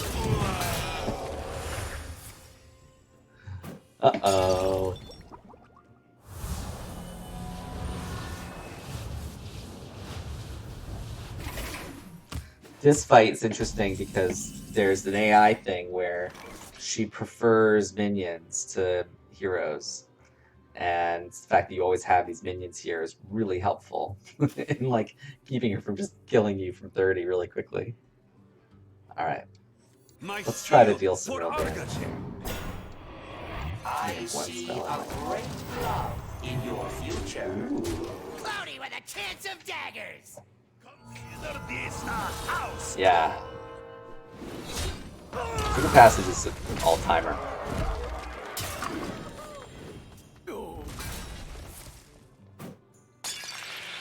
Conversation we've been having on the team recently is like, what are the 5 or 10 like most powerful Hearthstone cards of all time? Came up in a meeting with our EP recently. It's like, is Zilliax on that list? Patches came up on Twitter recently. Patches feels like, yeah, probably one of the most powerful cards of all time. I think Secret Passage is on that list. What else do people think is on that list? Heroes never die. There we go. Not your time. There's Mercy. Mincemeat! Mincemeat. Ankar?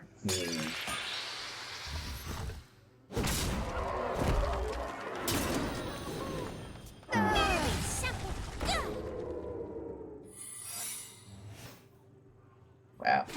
Casual 12-5. Into the breach! Uh-oh. Ooh. Hurry! I need you.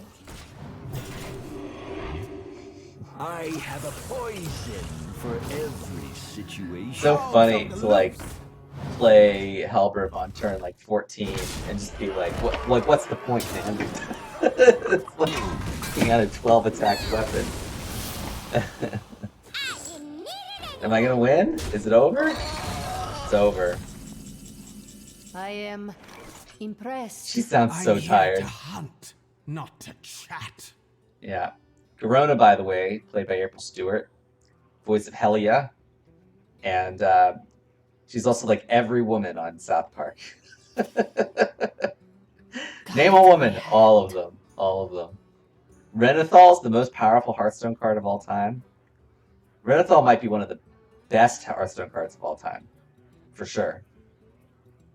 I think everyone was a little surprised. But yeah, I mean, awesome card. Here we go. We won. Must retreat. And don't come back!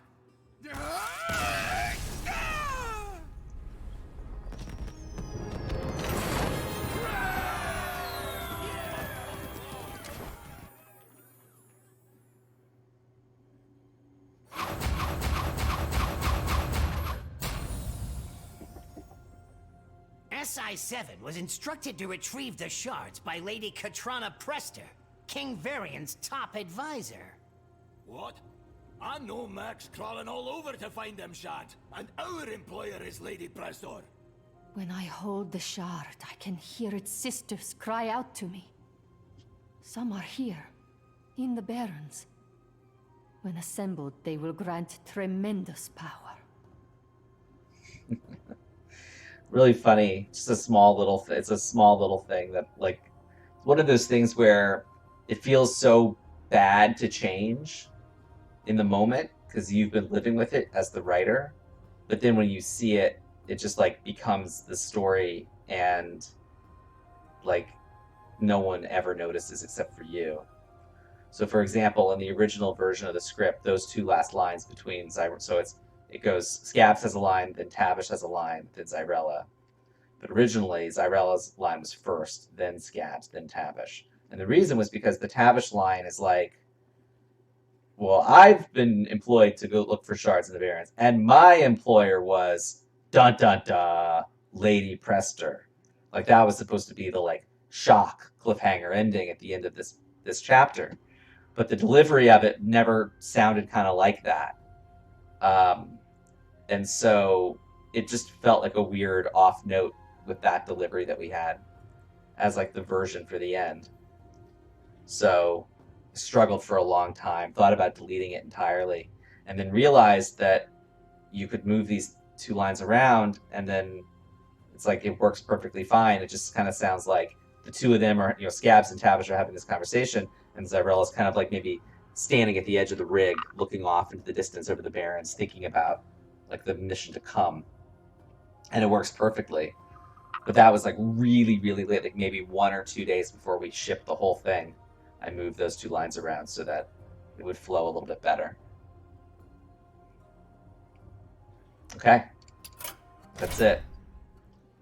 So I don't have notes for Guff, but let's do it. Hour 45 in, I think we can do it. I'm gonna update the title.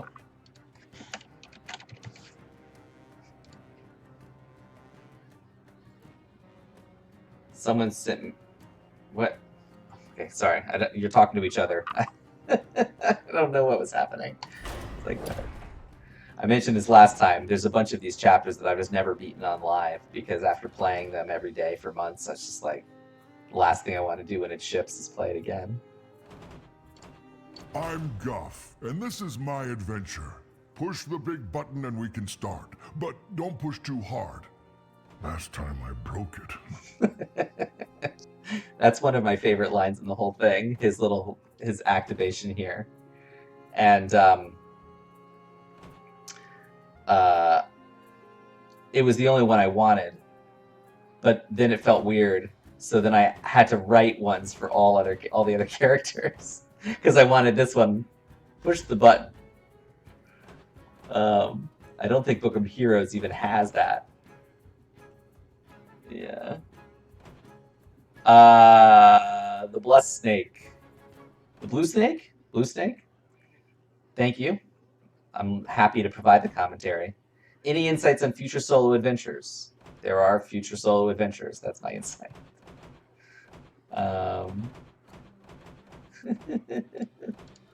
Okay.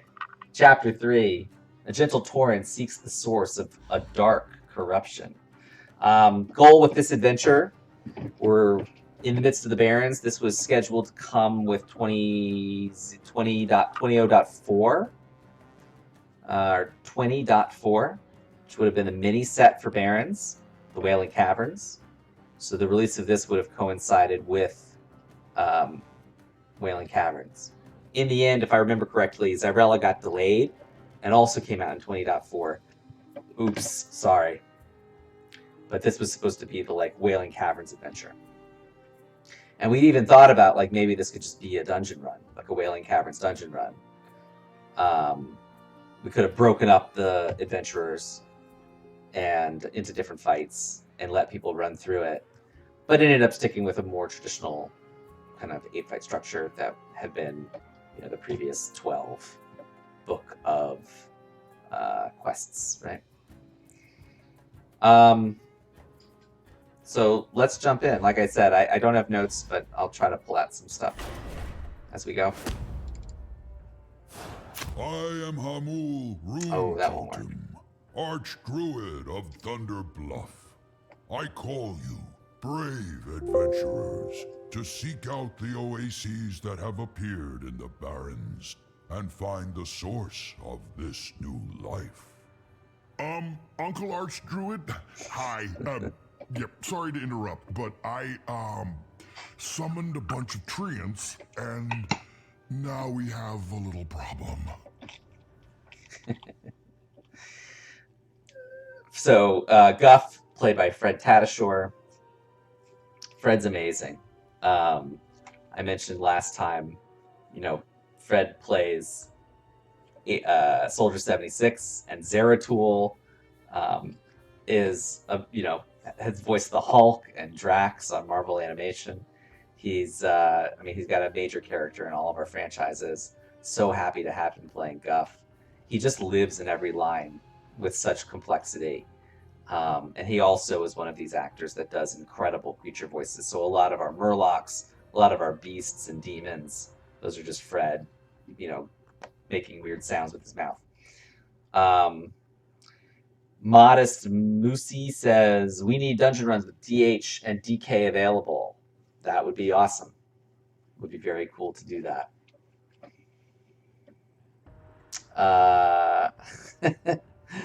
Chapter 1, The Trouble with Treants.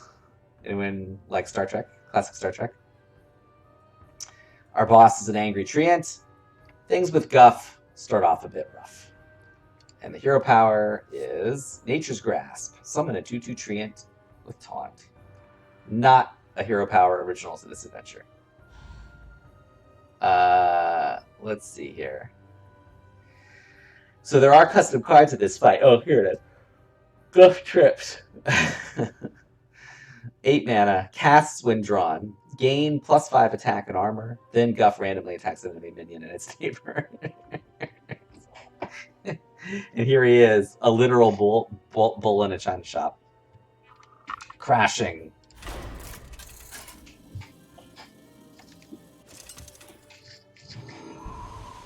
Guff versus an angry treant. There's the big treant I summoned, Uncle. The one with the cute face.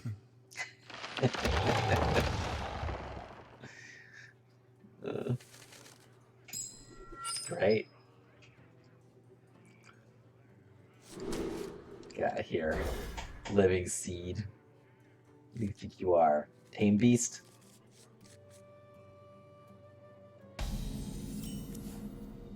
I kind of summoned a whole bunch of treants, and they were pretty mad, and then they knocked over the great tent. Oh, great nephew. Not again. I love that he's like, not again. Like, this is not the first time Guff has loosed treants across Thunder Bluff. Ta-da! The treants are indeed now 1 mana. We were trying to do away with this, so one of the things that we've been doing on the solo content side is actually replacing a lot of the constructed cards with adventure-specific versions of the same cards, so that these kinds of changes won't happen, because they can have pretty dramatic effects on balance, particularly with puzzles. Me or somebody on my team has now gone back and changed Forsaken Lieutenant like 3 times in the Dawngrasp puzzles, because they keep nerfing and buffing it. But yeah, good to see the changes happening here. In some cases, they're pretty good. Job's done. Let's see. Yeah, beautiful piece of art here for Thunder Bluff. Unique to Book of Mercenaries. 0/10 Taunt, cannot be targeted by spells or hero powers. Death Rattle, deal 10 damage to your hero. So, I mean, basically, it's still just like deal 30 health to the hero to win for the boss here. But wanted to give it kind of a flavor of, it's not Guff that's dying, but it's like the city that's getting wrecked by the treants. And so that's why you have these hints on the board. And it also prevents Guff's deck from swarming and overwhelming the opponent, because you've got these sort of derpy O10s here. Yeah. Guff, look what you've done. Oh no. His Guff's hero power is Guff's buffs. Give a minion +2/+2 until end of turn. So of course I will oblige. Oh, but I can't target the buildings. Shocking. Alright, well never mind then. What's the point? Just hit my way through all these treants.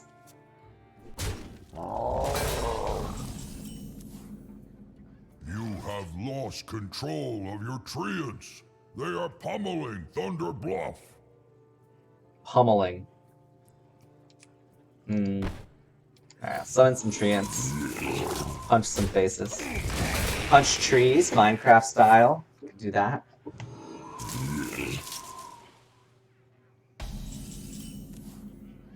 Protect our home. Stop those treants at any cost. If I remember correctly, the key to this fight, like many of them, is to just ignore everything that's happening and attack the boss's face. So I'll let the treants beat through these totems here. Why can't you just stay in your home and not touch anything and not talk to anyone like we discussed? I wanted to prove that I'm a hero too. So the plot of this adventure sort of plays into, let's see, I got anything? Yeah. It kind of plays into the attunement quest for Wailing Caverns. It goes into Wailing Caverns and fight a bunch of the bosses in the dungeon. And, You're you know, barking up the wrong tree! That building contained priceless artifacts. it's like an emotional thing too, where you know, Guff's struggling with his place in the, you know, in his community, and he's trying to come up with like a way to be the best foreign he can be. You know, it's kind of sad. You know, he's not sure of himself, and that lasts into the Alterac story. But he sort of learns to be a hero here. You know, being full of love, non-violent, actually helps him. How will we ever recover? It's a good the question. city is in shambles. So each time one of those buildings gets damaged or destroyed, Hamul has a unique line, I want which is to pretty save funny. this land, Uncle. But who is going to save us from you? Brutal. Clear the board. You're barking up the wrong tree!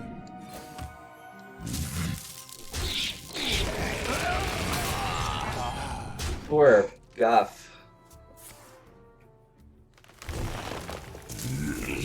Alright. I'm at pretty low health, but should be fine. Do I have lethal? 4, 3, 4, 5, not quite.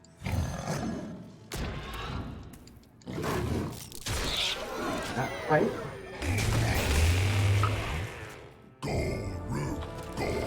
Oh boy.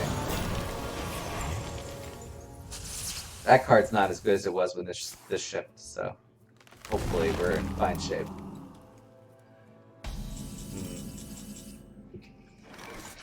Let's see here. Oh, look at you. Unleash the beast. That's also Guff. That's also Fred, by the way. Let's see here. Alright. So, 7, 8, 9, 10. Hopefully I don't die. Think I live? Brutal. Come on. Oh, thank you. Alright, GG. Hello, my name is Guff. Nature strikes. Boom. I did it! I stopped the treant attack. That you started. Guff, please, stay out of this business in the Barrens.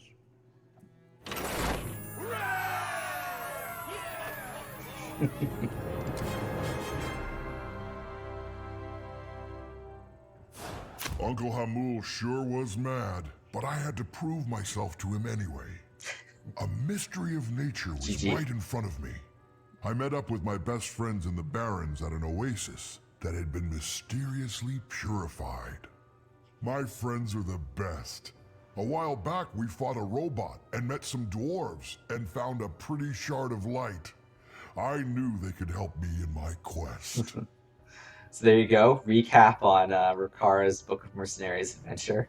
We met some dwarves. They almost killed us, but that's not important.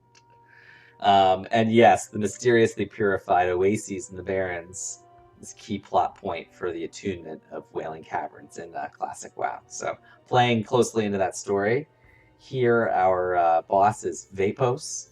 The waters of the oasis will rise to protect its secrets. Elementary is the hero power. add a random mage spell to your hand. The chapter's Fishers. Fishers. Still got Guff trips in the action here. And I'm going to take a 30-second break. No ads or anything. Just going to go get some water. Be right back.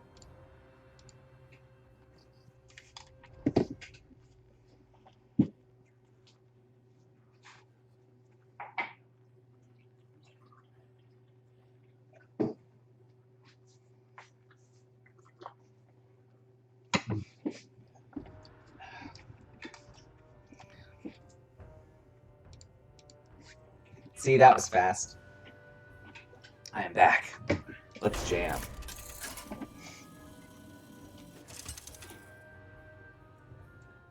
Guff versus Vapos. We must find the source of this pure water. The elements are the source of all things. Yeah. Some old wild growth action. Pretty good.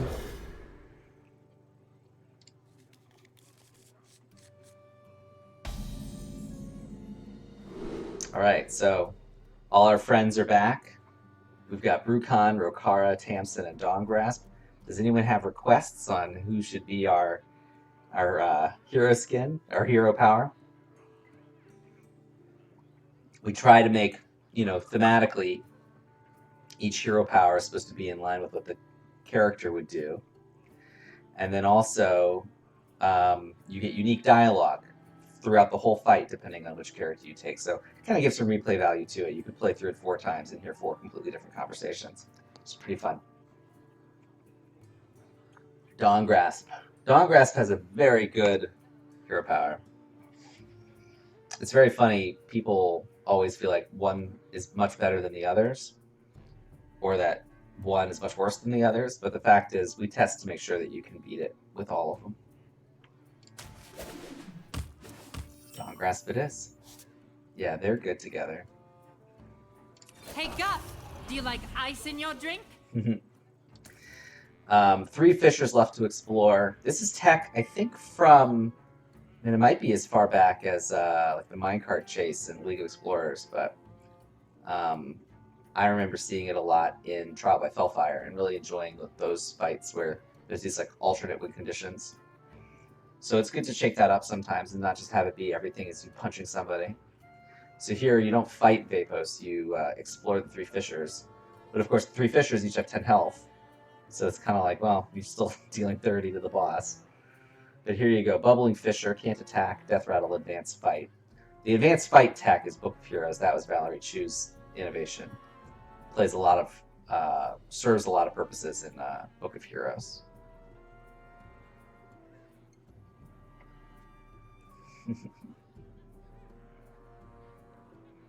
Yeah.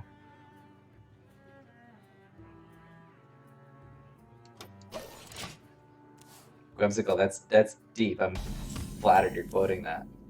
A couple of misfits. Just you and me, Guff. Woohoo! Let's do it.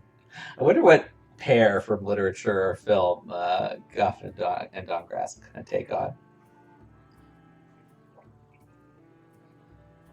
Haley does such a good job with Varden. It's just like playing so earnest, but no, like, a big part of what makes Kaylee's delivery so good is knowing how, like, knowing the history of the Blood Elves and Dawngrasp's role within it as like an apprentice of Kael'thas, and Kaylee understood all that. Like, that's really good. To have somebody who's like a fan of the IP to come in and like be a part of the story. It's really, really cool. Uncle Hamul told the other adventurers to search the pools for the source of the purification. But I love swimming, so it's all upside. Cannonball! I can imagine the, the full video version of this where Guff just goes leaping in. All right, what are we doing? Let's ramp up. Get out of here. Please, don't burst my bubble. Elementary. Yeah.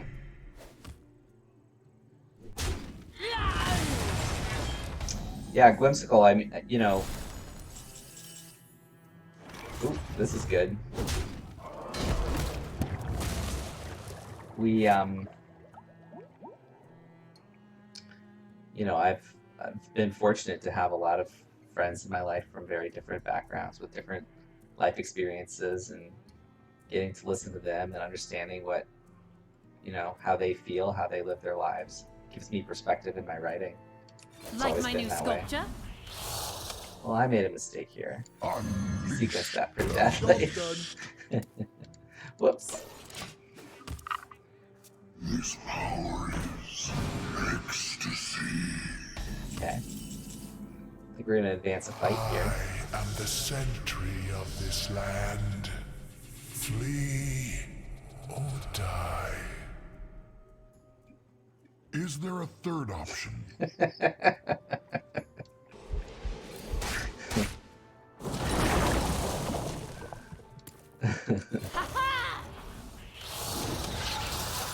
my god. Look out!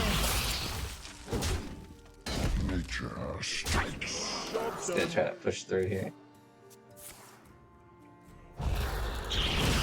Oh. So funny. A fissure. Guff, that gas vent may be the source of this new life. Please investigate. Sounds scientific. Guess I'll bash my head into it. Book of Mercenaries uses the wild card pool for Discover Generation, so you'll get cards that didn't exist back when the adventure came out, which can screw up the balance a little bit. Yeah, it's a little rough. Guess I'll bash my head into it. Seize the day! Look out! It's okay. We'll got one more fissure.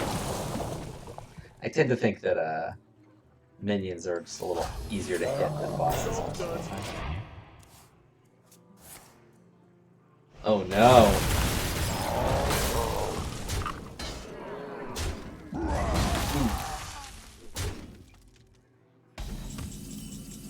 Fissure art designed specifically so for powerful, Dawn Grasp.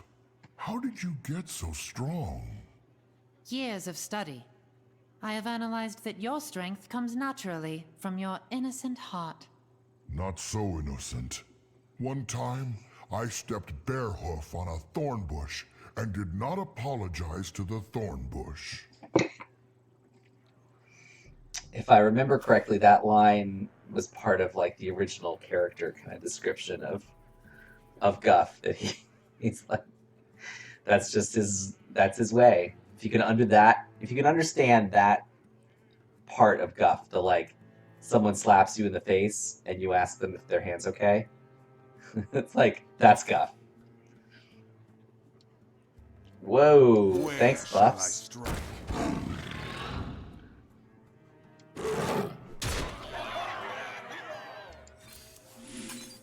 Job done. All right, I think I'm gonna win this one. Lightning strikes twice.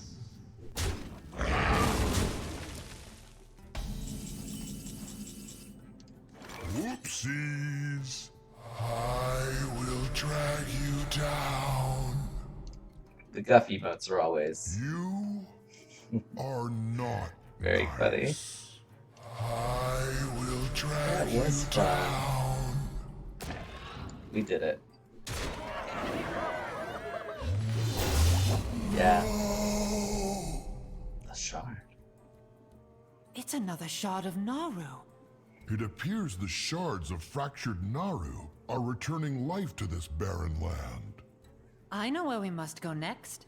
If you all would indulge me, I'd like to conduct an experiment.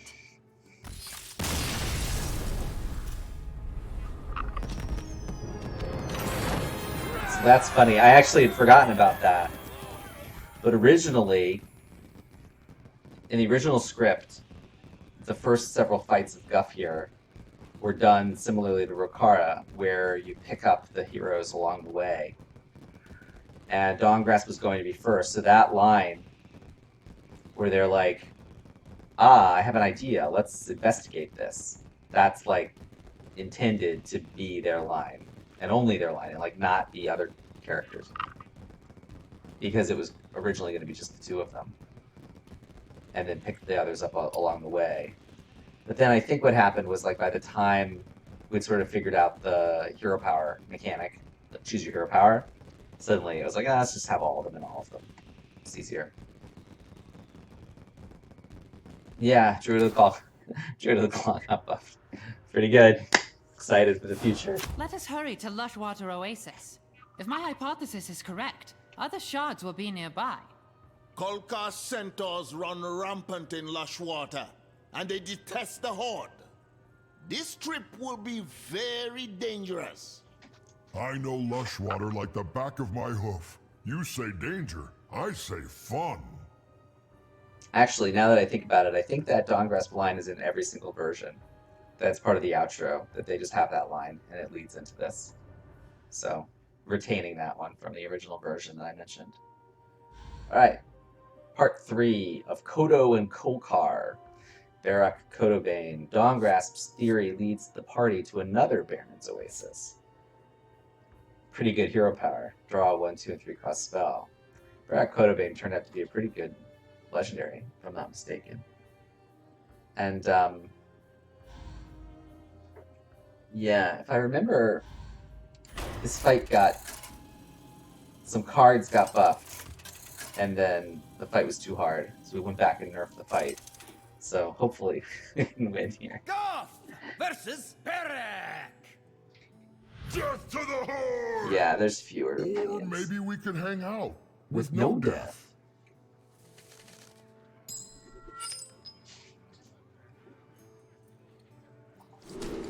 Alright.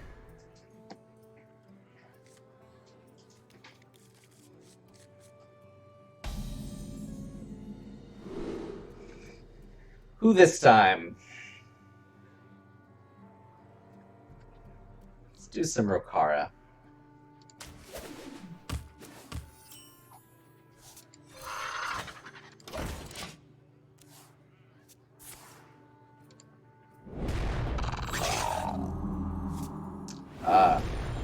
Reverted. Oof. 2 mana. There are too many of them. We need to even the odds. I do not like to fight, but maybe the Kodo can help us. Right on. Let's buff this big boy. Yeah, just little things like I got you, Guff. You know, it's like it's one of those things that Overwatch does so well, where those characters are really interacting with each other when they use abilities and stuff. So trying to bring that in here, I think, is a really good learning that we can benefit from on Hearthstone. The Kolkar will trample your bones to dust. But I like my bones. They're what separate me from rogue armor. That's a joke that literally no one has ever gotten, except for me. Barak Kodobane here, played by Patrick Seitz, also voice of Garrosh and Arthas, and like a million of our characters. Alright. I'm gonna keep my little baby Kodo alive, even though it's suboptimal. Fight on! Oh no, baby Kodo! Stop that! You turn the wilds against us! Leave this peaceful place. Ooh.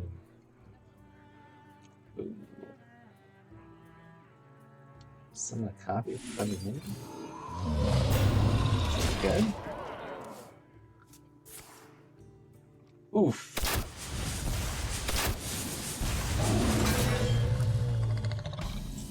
Alright. Why are you here? That is none of your concern. This is also part of the attunement quest, where there's just like a gazillion centaur that you have to fight your way through if you want to. Strength and honor. If you want to make it into Wailing Caverns. Look out! Look out! Yes, I think what I actually... So, Kume, I'm gonna try, I think, to edit them down a bit. I have them saved, so they're not going to get deleted off of Twitch, and then I'll try to upload them at some point. But I would like to trim them. I think there's a lot of dead air in them. And plus, like, who would watch 2.5-hour videos of the Gennate fight adventure? So trying to think about people's time, but we'll try to get them up there. Never waver. Look out! Nature strikes. Well, thank you. That's flattering. Really glad to be able to do these commentaries for folks. I know they're a little loose, but you know, it's for me. This is just like kind of a nostalgic swan song for Book of Mercenaries and Year of the Griffin. So it's cool to get to do it. Really cool. Really cool that people are interested in it. Also, I didn't know if anyone would be watching. Coles, thank you for the raid. Amazing. Welcome back. Really great to have your folks in. I know that you know, Book of Mercenaries and high level arena play are not exactly on the same level, but I'm grateful. Shield of the Horde! Thanks everyone who's sticking around. No, Guff is a lover, not a fighter. That's what it comes down to.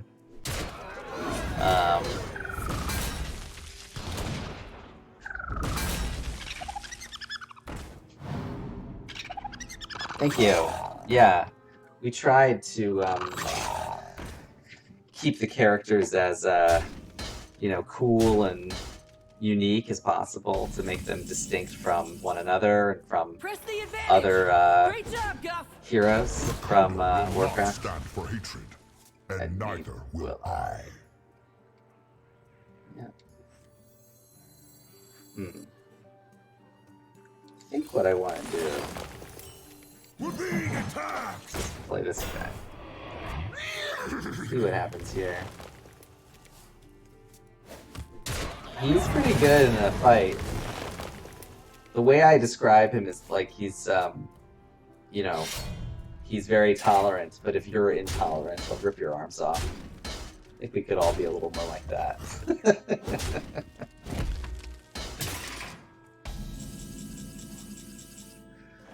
Oh boy, here we go. Draw a beast. Big boy. Take it. Man, this Venom Strike bow is ruining my day, though. Card. Job's done. Oh. Almost killed himself.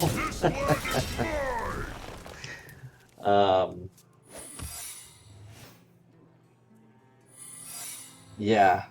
Guff is a you know, a really amazing character to write. Because you just have to get into the mindset, and then I think the words come really naturally to you. To anyone, honestly. Huh. With rush, not charge. Alright, well, I'll make a taunt. And I'll make this. And I'll buff him. Get a little bit of Rikara chiming in here. This land is mine. Really cool. Welcome, everybody.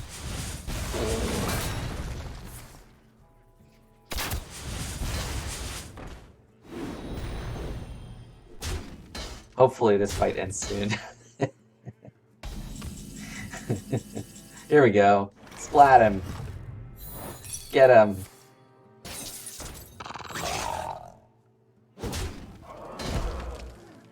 Pretty good. Oh, did I win? Unleash the beast. Learn this move back in Alterac. Corruption blades from the caverns. The void will consume all.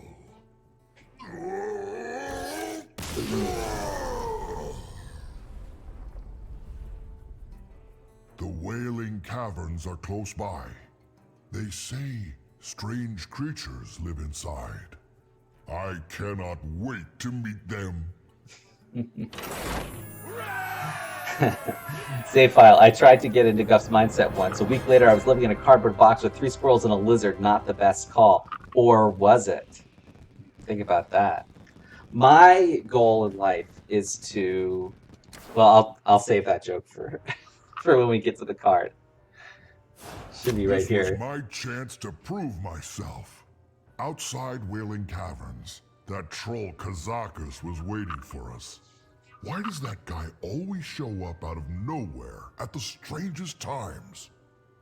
Beware the druids, Arifang, who lurk within the caverns. Seek the shard and bring it to me at any cost. Inside the caverns, we found some Alliance soldiers using a nest of sweet snapjaws for target practice. You can guess how I felt about that. Cracking skulls. Alright. This section is called Cavern Monsters. Get it? Who are the real monsters in the caverns? Our boss is Cannon Master Smith. The caverns are filled with slimy, violent creatures. There are snapjaws here as well. To your stations is the hero power. Passive, after you play a secret, summon a 3/3 soldier, sort of evoking the effect of this minion from the set. We've got a new custom card. It is Rest and Relaxation. Draw 2 minions. Gain armor equal to their combined health for 3 mana. To save file, I say, you know, if you're living in a cardboard box, but if the lizards or whatever are looking at you the way that this crocodile's looking at Guff, I think it's a win. What do you think? Wouldn't mind having friends who look at me like that.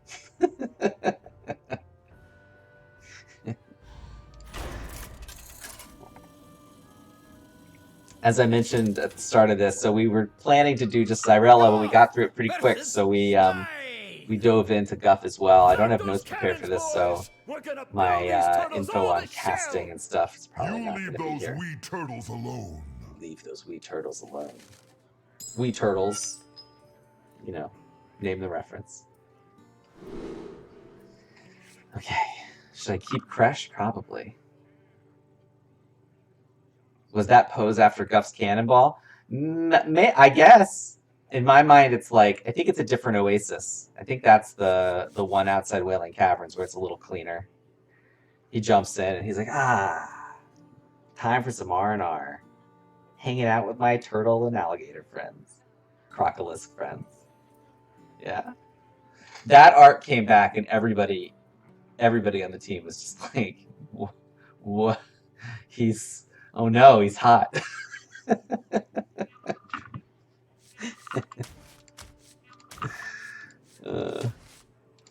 Alright. Guff's a charmer. He's a cool Tauren. Alright, how about Brucon with the turkey leg for this one? Spell damage.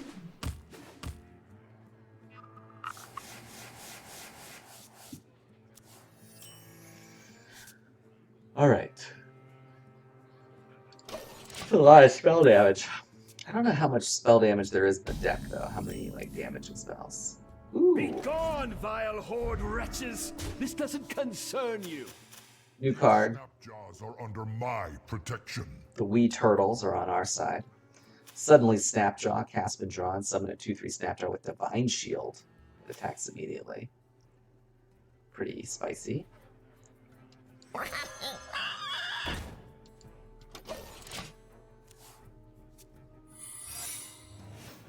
Northwatch cannot fall.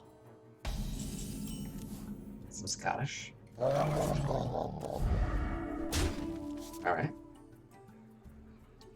I think I want to gain some mana crystals.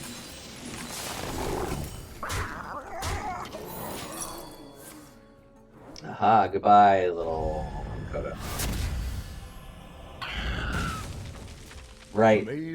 Wonder if we copied some cards to do that. One day the Alliance will control all of Kalimdor. You must not know much about the Horde. Take that.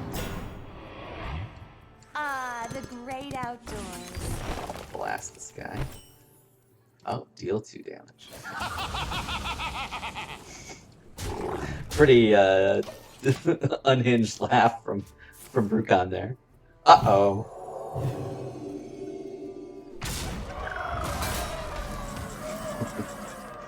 This is a pretty easy fight, so hopefully it'll work out fine. Alright. I think I'll just try to kill him. Trouble. Got a full grip. Carry the wounded into the hold. Northwatch The cannot value. I mentioned this last time, thinking about one of the other decks. I like the beasts of Wailing Caverns. They're cute. Hey, fella. These beings are corrupted, whether of shell or fang or wing or talon.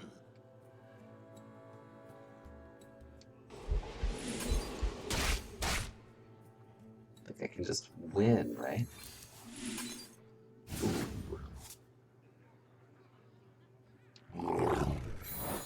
Uh-oh.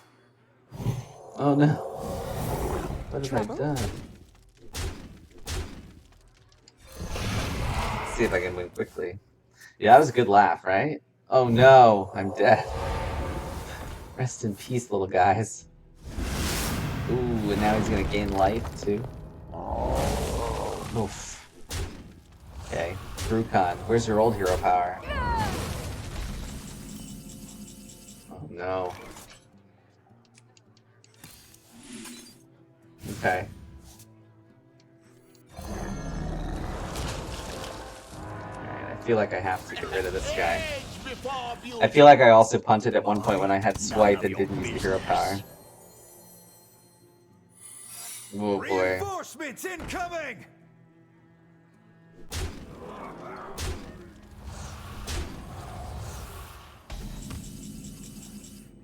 I will run you from these caverns, and then this land. If Paladin Rome was here, you wouldn't stand a chance. Little call out for Cariel there. Alright. I think what I want to do is attack with this one first. Shrink him. Oh.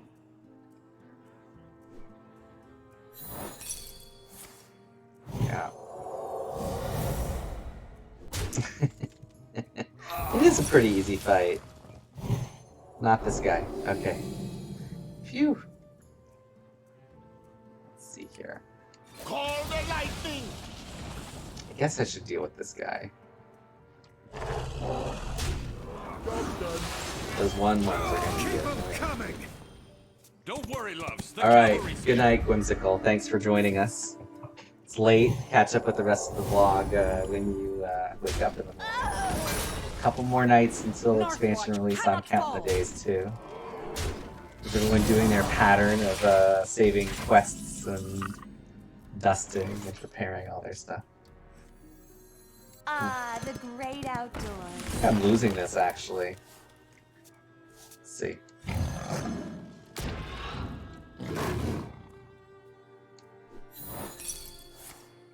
Get down! Look out! Alright. Whoops. Those will be your last words. Close the gates! Wow, that... Oh no. Okay, wait. Did you just kill yourself? No. Almost. Oh boy. I think I'm losing. I know, I should cheat. Draw 2 minions. Are there even 2 minions left in the deck? I mean... We'll get there. Okay, if this secret isn't... What is it called? Reckoning or whatever, the one that shrinks you? Carry the wounded into the Well, hold. this is not the one that shrinks me. I should be okay. Let's see what happens. And then I attack with this first in case it's make a 2-1. Look out! Okay, here we go. We did it! Phew. These caverns are filled with poisonous beasts, flying snakes and carnivorous raptors. Yet the humans are the most monstrous creatures here. And yet they call us monsters. Let us continue on. We need to find the source of the corruption. I hit that note like 3 or 4 times in the fight. Maybe it's a bit too many. So, you know, a little over the top there would be my note to myself in the past, but pretty good. I love Smith's delivery there. Really fun. Did we make a wrong turn? Oh, maybe Uncle Hamul was right. Maybe I should have left this task to real adventurers. Don't lose hope, Guff. We never would have gotten past those Kalkar without you. Let's keep moving. Thanks, Rokara. So nice. Alright, part 5, looking for group. A party of adventurers. Deep in the Wailing Caverns, Guff and company stumble upon a group of rival adventurers. Hero powers help wanted with a summoning stone.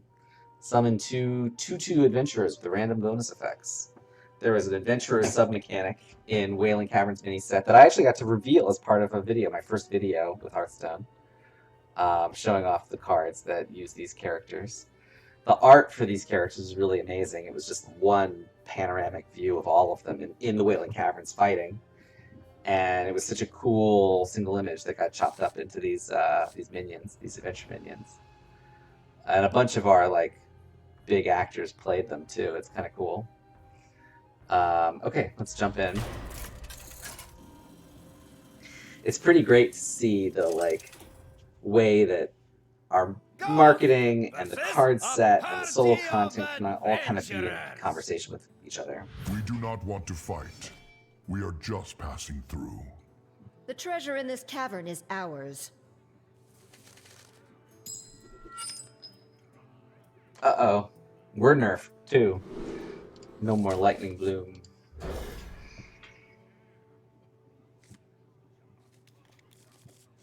R&R will be very good here. Okay, Tamsin. Job's done.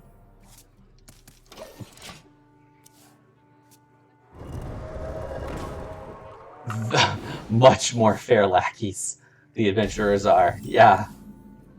Very fair. We can all work together. Do you need any refreshing spring water? No. But your gear looks like it would make pretty good loot. If I'm not mistaken, that's Karen Strassman again.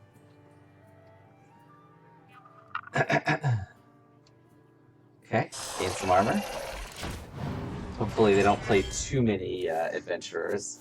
Can get out of hand in this fight. Although you do have... This is a fight where Brucon's actually really good because you get swipe and some other caverns AoE. are dangerous. I can protect your retreat, but you should go now. What? So you can keep all the treasure? I don't think so. So that's actually all scripted. Maybe that's obvious, but... Does your healer need more mana? Hello, my name is Guff. There are more of us than there are of you. That's true. But the first... So she's programmed to use her hero power on 2. It always spawns these 2. And then the VO lines for these characters are always these 2 characters. So, I think the original design was that it was just like the panorama. Like, it was just like the whole group of them piled it together into the hero portrait. But that was just a reflection of my lack of understanding of like how our art system works for heroes. Back when I had first joined the team and was working on this. So we ended up like audible into the new version, which is have a single one of the adventurers as the hero, and then force certain other adventurers to be in play when their lines are supposed to play. So it's a little confusing, but I actually think this version works probably better. Alright, let's draw some minions. Let's stop giving them 3 cards. And then let's hope that we don't die. Thanks so much. Know it's late, especially for people that aren't West Coast. Hopefully the back half of this one will go pretty quick. If I remember correctly, Narrowlex is the fight that's like pretty sloggy, and Mutinous is a pretty high chance of failure. High chance of failure as well. Okay, I'm gonna kill the poisonous one. Play hot. See what happens. I drew all my minions instead of guardian animals, so that's a little bit of a bummer. This was kind of a deck back then. It's like guardian animals deck.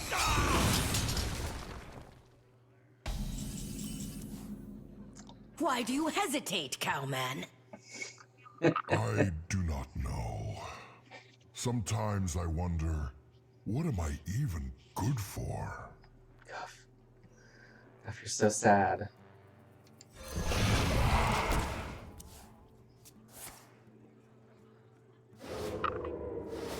Handle it! Oh boy.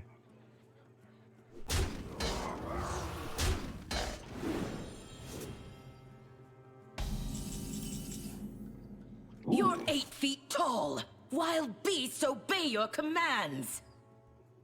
Sure, your power pales in comparison to my own, but you are good for so much, Guff. As my henchman. Thank you, Tamsin. That was almost like a compliment. One of the things that I tried to layer into the story is that, you know, maybe the only person that Tamsin loves is Guff. That he's just irresistible because he's so gentle, that even she is weak to his purity. And so, play that up here a bit. Someone AFK? Would you be quiet? I got to play that up in scenes like this, where she's almost like giving him a pep talk, and almost embarrassed that she's like being nice, but can't help herself. And then in Tamsin's story, there's that sort of pivotal scene where she beats up Rokara and Rukan, and then Guff's the third final person that she fights. And then it's like kind of breaks both their hearts a bit to have to fight, put an end to it.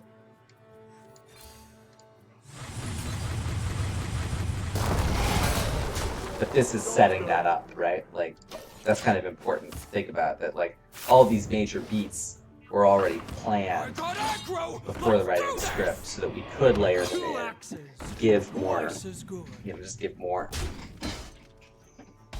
All right.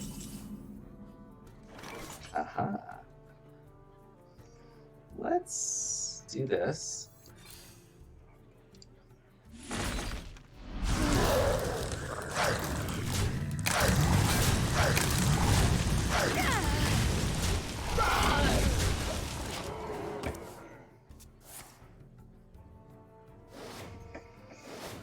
In the dark, the light shines bright. Talreal says, seeing some of these cards makes me miss Scholomance. That was one of my favorite expansions ever. Also, this is cool. I can see the passion for your work. I have easily memories for everything. Yeah, some of it's just coming to me now as we're playing it, so that's kind of fun to like remember this stuff on the fly. And then, yeah, Scholomance was the first set that came out after I joined the team, and so it was like a set that I discovered from like a very different perspective. My first time discovering a set from a different perspective that wasn't just, you know, absorbing spoilers just like everybody else. And then played a lot of it because I was on the team and loved it. Yeah, so there's a lot of Scholomance in this adventure, and you know, I have high hopes for Scholomance to be important in the future. It'd be great. All right, let's see. Can I do this?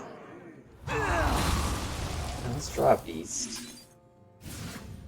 Ooh. Play some cards. Tamsin's hero power is not really doing anything here. Whoa.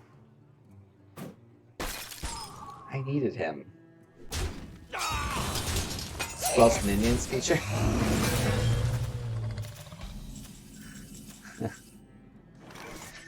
Oh, man. Impressive. Thank you.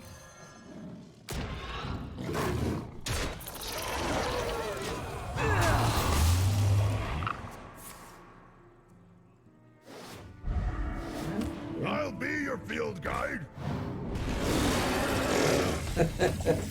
Bit of a high roll. Bit of a high roll. But maybe I can steal it and make something happen here. Can I draw a card?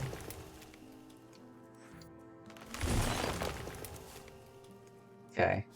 Let's see. 15. Was it 20? What? So, okay. If I can't attack, yeah, I win. Okay.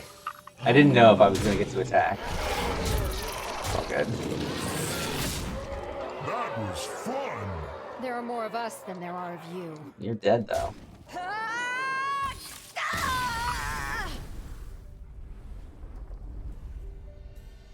That's right. Get out of here. You'll probably be safer on the surface anyway.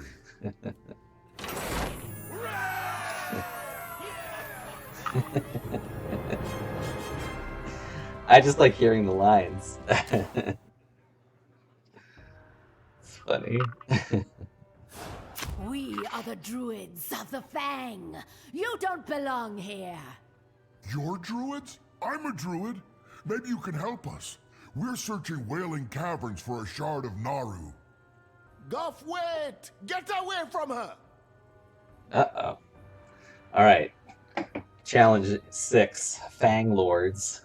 Lady Anacondra is our boss. Showing a little bit that Classic WoW was made in 2003, 2004. Druids eager to restore life to the Barrens were the first to fall to the corrupting force deep within the caverns. And Lady Anacondra's hero power is Serpent's Bite, 0 mana, give a friendly beast poisonous, echoing Serpent Bloom. Serpent Bloom was a card that I did the art description for, and the art description read something like, I forget the exact wording on it, but it was something like, it really is the cutest freaking snake you've ever seen in your life. You have to understand how cute this snake is. It must be cute. It was like, I was like really emphatic about that. And the art on that card is like a super cute snake. Goff versus Lady Anacondra.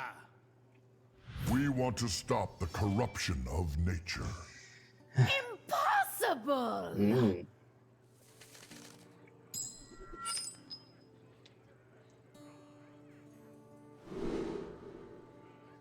How do people feel about extra S's as a way to signify like snake characters in fiction? Is that lazy? It's pretty lazy. I can say it because I did it, but it's pretty lame. Kind of a cliche. Alright, who now? Oh. I kind of want to dig more into Tamsin, but let's hear what the crowd thinks. There's still over 200 of you in here. Maybe some of you have fallen asleep. Who should I pick? Rukon, Rukara, Tamsin, or Dawngrasp? Tamsin this fight. They get pretty deep in this fight, huh?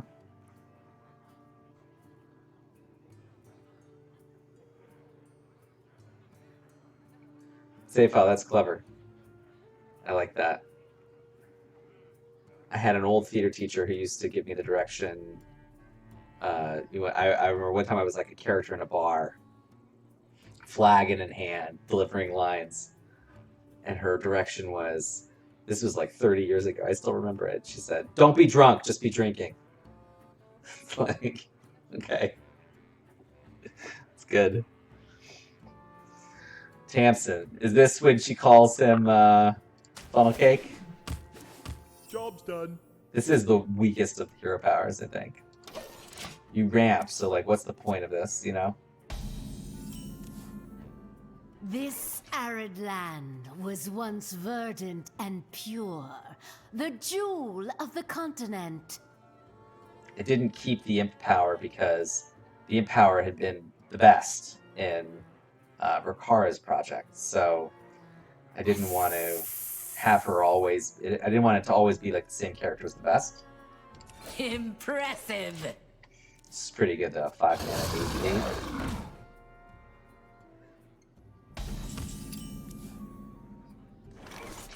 8. All right, let's rampy ramp. Sliver forth, my brethren.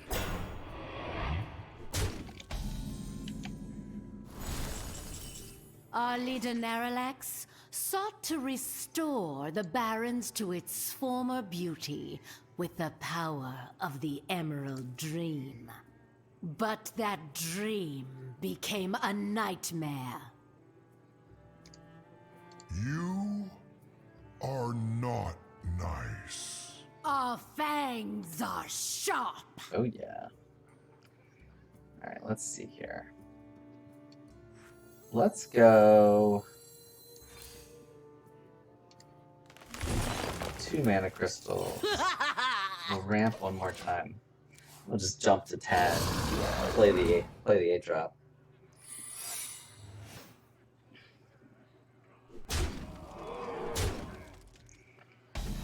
Little yikes. That'll be good.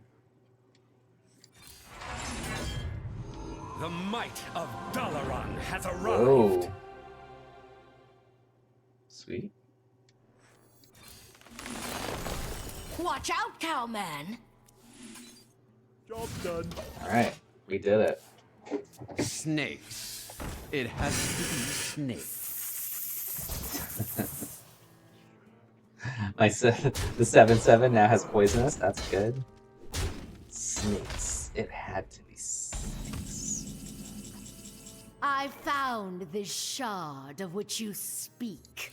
We Fang Lords thought the shard's power could awaken our master. But the nightmare claimed the shard as well. The corruption spreads. It cannot be stopped.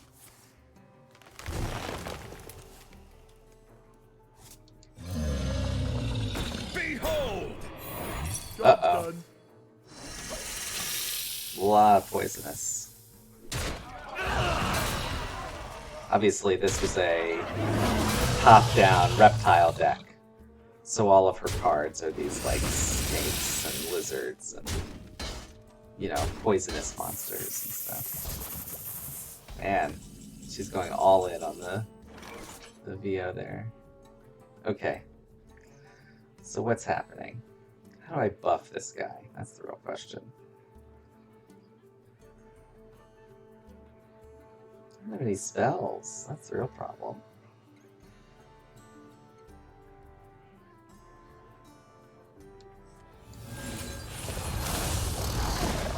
Okay.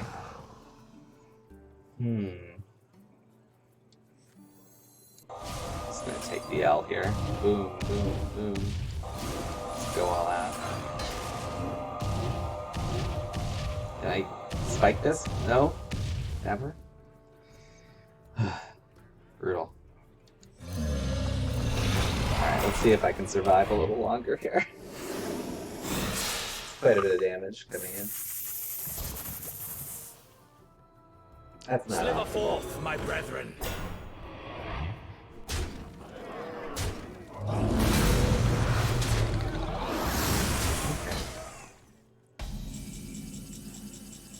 You cannot stop us!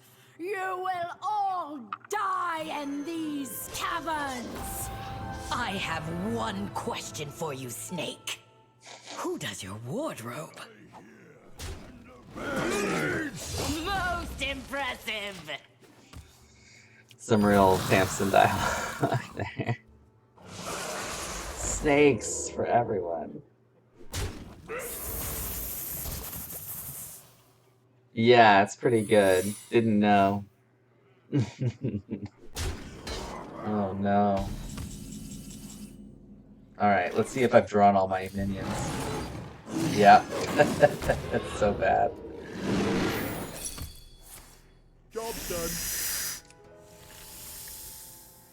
Draw 2 cards.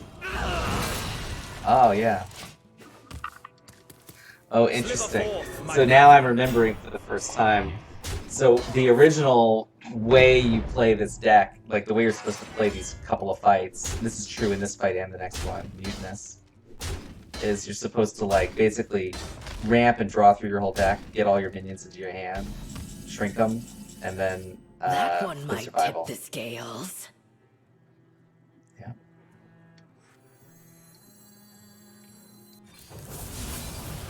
Oof.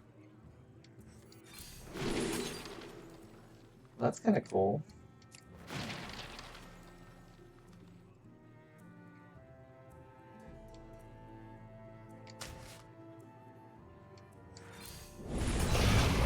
Give that one a turn. They just Let's see if I live.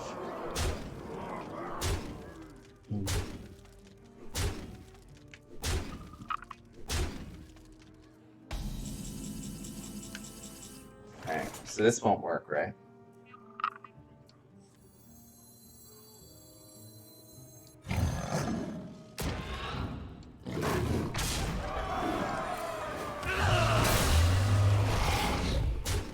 Job's done. Get rid of that thing. Not my best day on the job. Alright, I'm in pretty good shape now.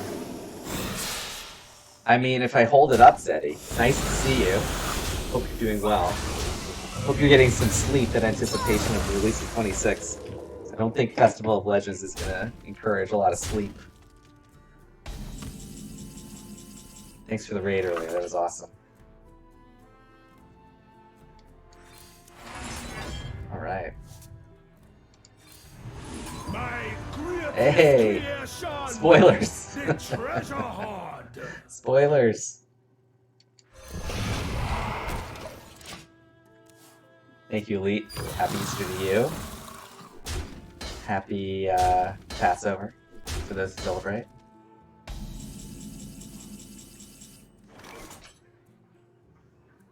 Let's see here. Just hit.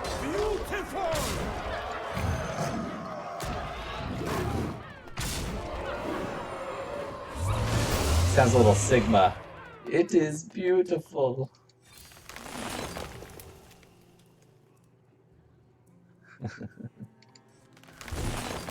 Job's done. All right. I think we got this now. Not my best day on the job. A lot of these fights are sort of like you feel like you're just losing, and then it's like all at once. Oh, I win. Our master is just ahead. You will join him in his nightmare.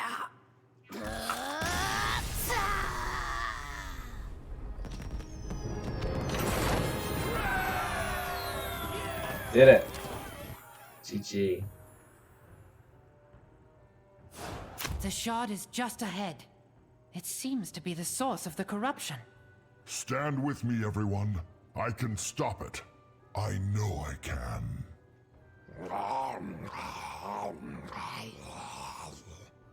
What is that?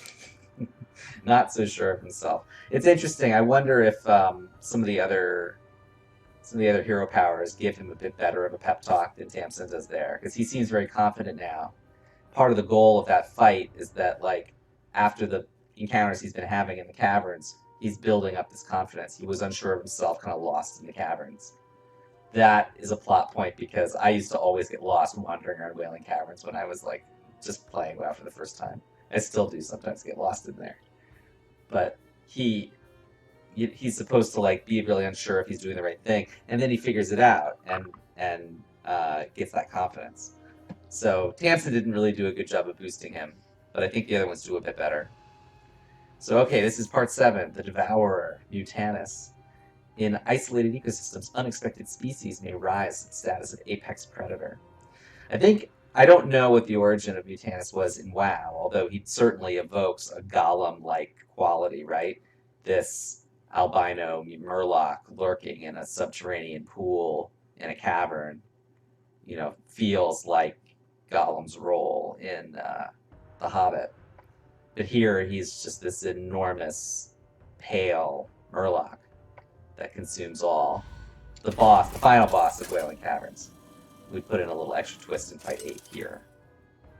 But Goff versus Mutanus! Zeddy, that's great. You know, I think there's a lot in the solo content for new players. It's something we've been talking about on the team. How better to leverage our legacy content for new players, especially to get them rewards and get them to, like, sort of understand the game in a safe space. All right, Power of Love. All the books in my sci-fi series are named after, like, 80s rock songs. funny. Not related, but coincidence.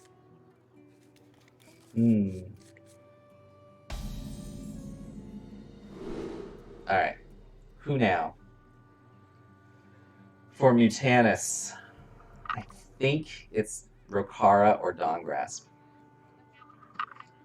People used to think Rokara was obviously the worst of the four, but that's obviously not true. Like, Taunt is so big in a fight against these giant monsters. Let's try Dawngrasp again. Glory to the Sindori. Yeah, this would be amazing if it was the old lightning blow. Mutanus, the Devourer. But it was only a legend. A living legend. Yeah, uh-oh. Like my new sculpture?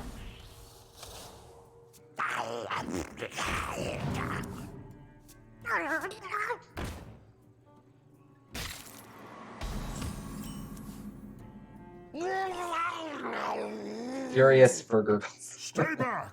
You will not harm my friends! Palreals, could be cool to even have pack rewards reset with each new expansion. I think probably what I would rather do is just have more rewards for one time only. And make more content if we wanted to expand that. That way it feels like you're not on the hook to go replay content that you might not want to. But it gives people a bigger boost early on.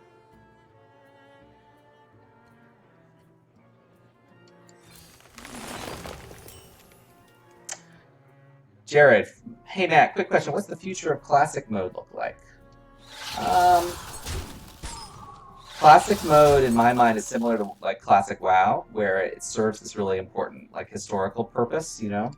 Like as an artifact of what this game was, this game that has transformed the industry forever and will be in people's hearts forever. So having it is important.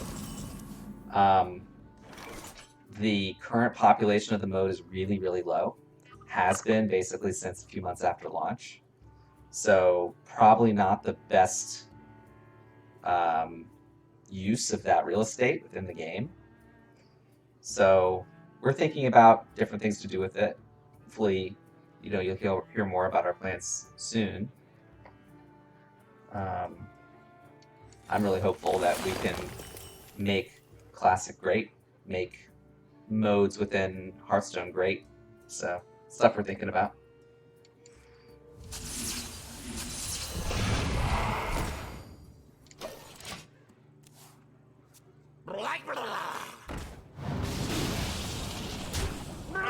Yeah, events are awesome. I think, well, so for one, Court Carney's done a really good job of building that system out. Murloc is of incalculable size. Think of what it must eat.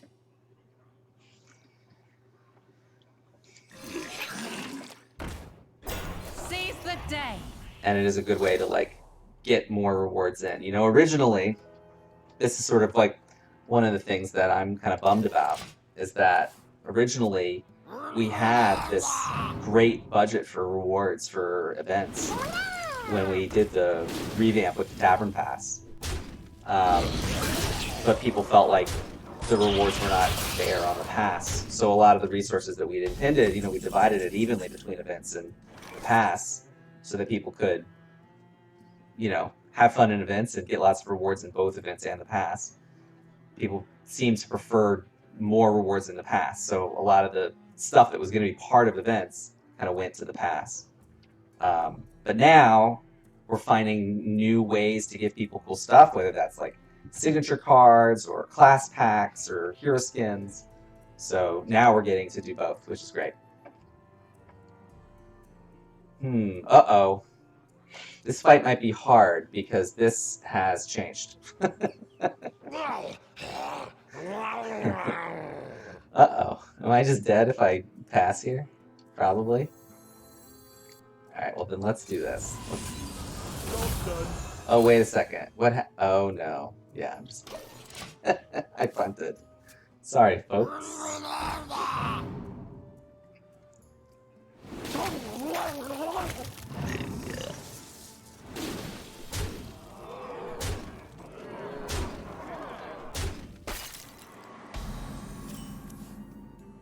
Where is the shard of Naru? Did he eat it? Do the shards taste good? Well, I'm glad that Guff's having a good time, because I'm not. Let's see here. Oh boy. Don't think I live this turn. Old nostalgic stuff, revisiting it? Yeah, I mean, it depends on the player, right? Alright. GG. We'll try again.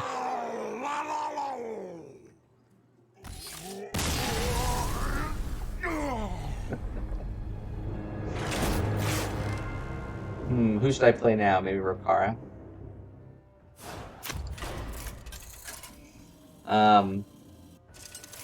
Yeah, it would be interesting. I'd love to do an event where you had to, like, put a bounty on Kel'Thuzad and go back to the next run and play through it. I feel like there's a lot of Hearthstone players that have just never touched that content.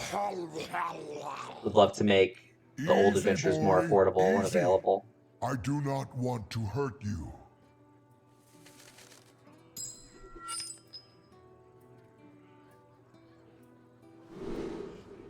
Alright. I think I'm gonna hang on to the power buff this time.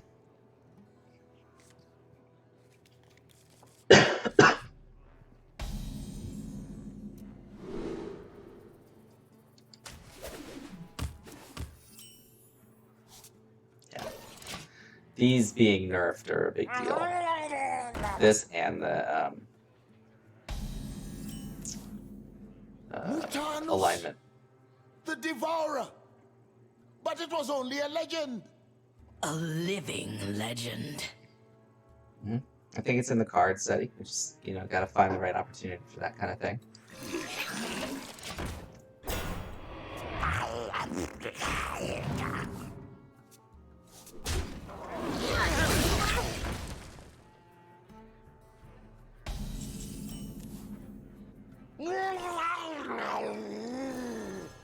Stay back! You will not harm my friends! Really? I didn't know that. Yeah, OG Dungeon Runs, I think, probably my favorite content. Full Doom is really good, too. Flurgle, why do you gotta do me dirty like this? Oh, boy.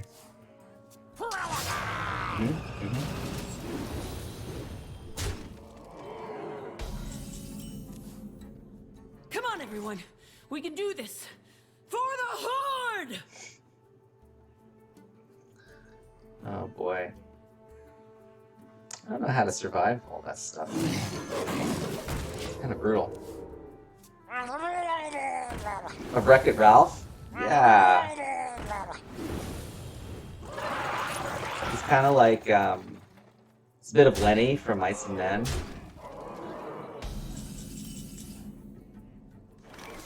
Alright, let's see if I can survive all this. What do I do here?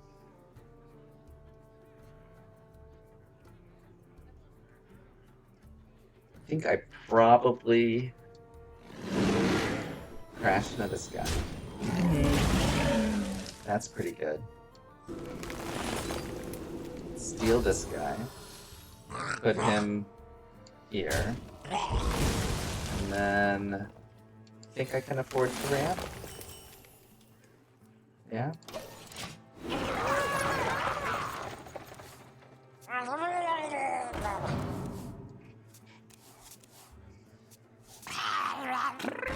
Alright.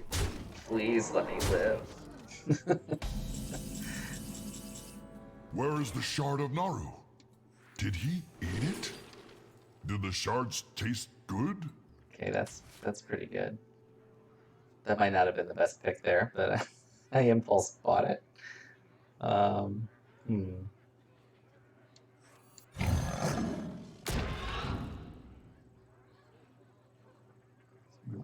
This one plus one.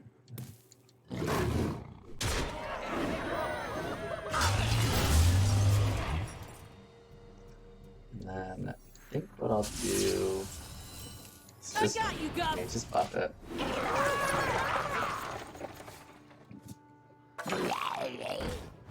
We're doing okay here.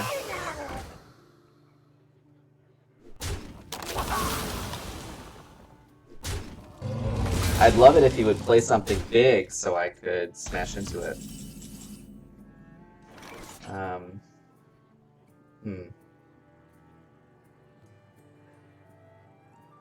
What can I do?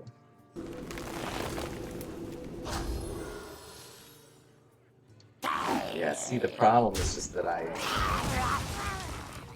yeah, I'm just dead again. Rats. Alright, well, this is problematic, guys.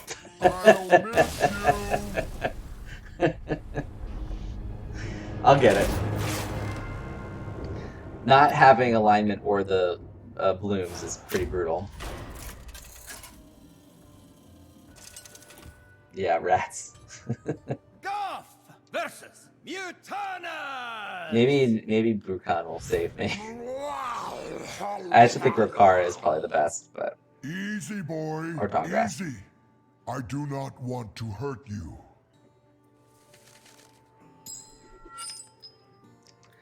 It's after midnight and I'm stuck here now.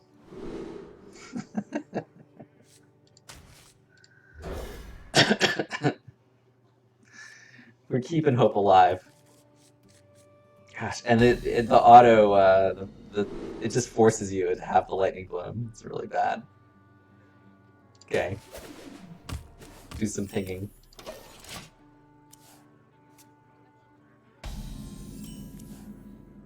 Mutanus, the Devourer. But it was only a legend. A living legend.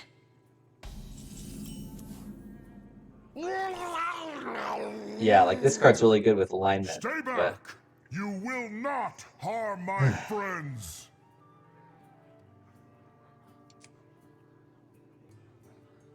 Call the lightning.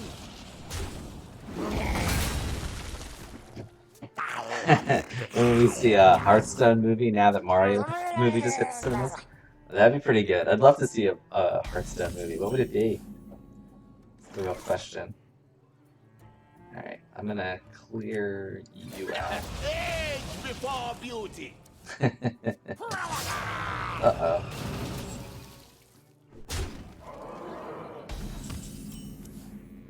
Alright. Stay focused.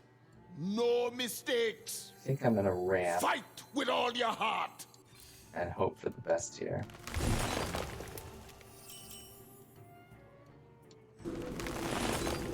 So let's see. This turns into a 4/3/4. 4/4. Yeah, I'll just. This is a removal spell. I guess I can do this too. Just keep his board clean. It's like really kind of what I want to do. Until I can align it. And once I align it, it's a lot easier. Once I survival, it's a lot easier. Alright. I'm gonna do this, and this, and that's that. Tiny Finn's Caravan is some of the most amazing art I've ever seen on a card. It's pretty great. Alright. Guardian Animals for the win. Where Please is the shard of knowledge? give me a Lake Thresher. Did he eat it? Did the shards taste good? Yeah, League of Explorers will be good. I'd love to see the like quest for the Hearthstone Azeroth Championship. Yes, did it. All right, get out of here. See, I just needed to high roll. I'm fine now. Now I win.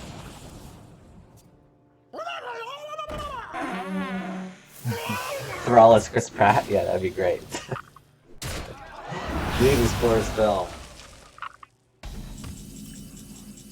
Bob is a pretty awesome character. Very happy to have him in the game. Alright. Hit him. Do this. Alright, this should work. Now I'm gonna survival of the fittest. Go from there. Yeah. Now that I'm playing, I'm remembering that like the nerf to alignment just kind of hoses everything, doesn't it? Job done. It's pretty bad.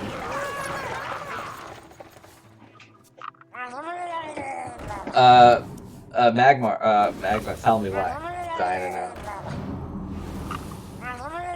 Also, like, Lightning Bloom used to be good. Jeez. Yeah, I'm just dead again because I used alignment. Big mistake.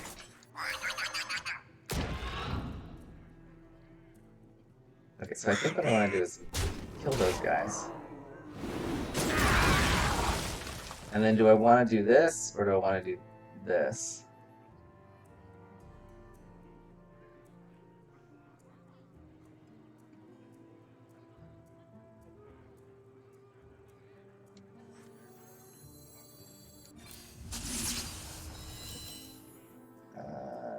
How about both?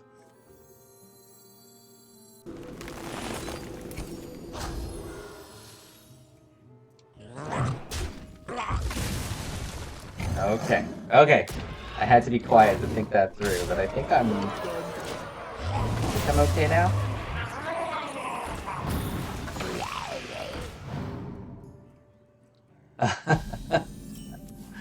That's amazing. I've listened to some of the other languages of our of the Mercenaries. They're really fun to hear. It's really funny. Oh my god.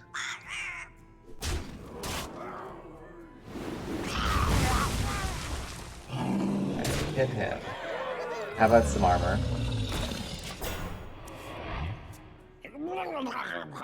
Rashi's amazing. Some of the content creators that we have, such a gift. It's really incredible. 13, 14, 15. I'm gonna press my luck here.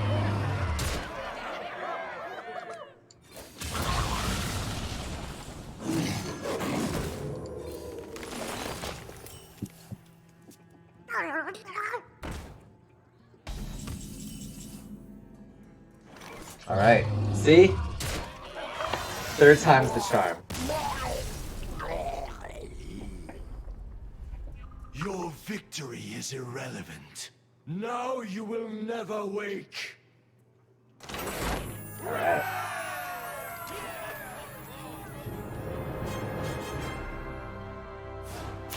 You will sleep in endless shadow. The eternal sun shines upon you. I do not know what happened to this shard of light, but I can fix it. I will wake you from this nightmare. So, final chapter, Void Shard. Our enemy is Void Neralex. His dream interrupted by the Void Shard's power. Neralex now fills the Wailing Caverns with his nightmares. Final boss. The Void Shard makes a nightmare. Neralex is played by Greg Chun, who also plays Cargill Battlescar, Blade Master Samuro, and most recently Sai Shadestorm, the Duel's original Death Knight hero. In the original version of the story back in Classic WoW, Neralex is this like noble druid who falls into like this nightmare because of corruption in the Wailing Caverns. He wakes up when you defeat Mutanus. But in our version, the shards themselves sort of twist him into this nightmarish version of himself, which Guff now has to fight, and hopefully wins on the first try, so we can go to bed. Thank you everyone for sticking around. Grateful for all of you. It's great to talk and share some secrets. I will free you from the void. I am the void. Feels a bit obvious as a line. So here we see the first version of these super minions that are actually going to be more prominent within the Alterac chapters. I think Val did this also with Book of Heroes, with this sort of like 1 mana big minion with big effects. Revive is the ability, Death Rattle go dormant for 2 turns.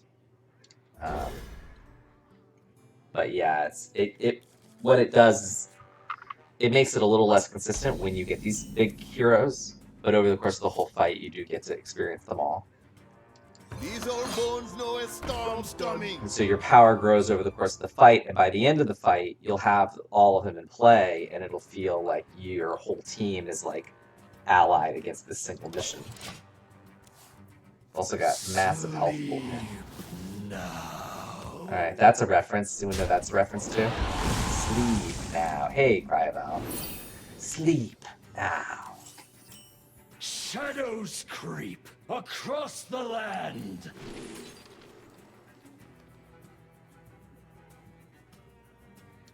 Seems good. Job's done. A little, prescient. Sleep now. Not the only thing he says.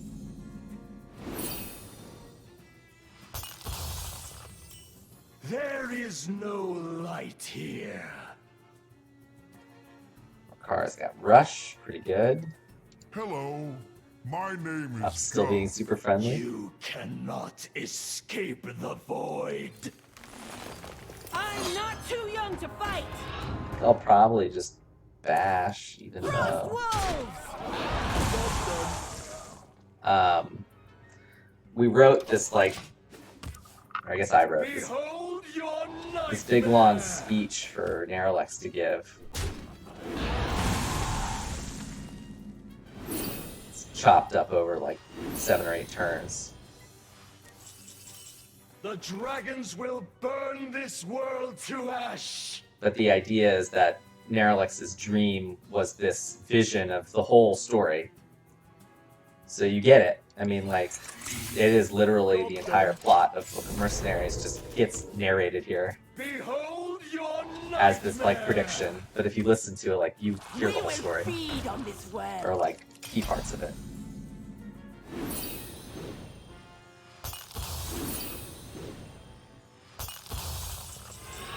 Block out the sun.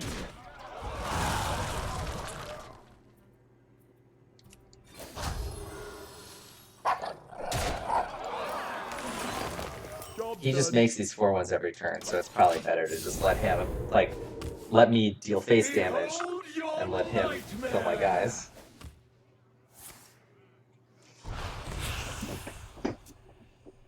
He has this very cool deck also that, like, combines a bunch of different classes to just make, like, scary kind of twisted combos.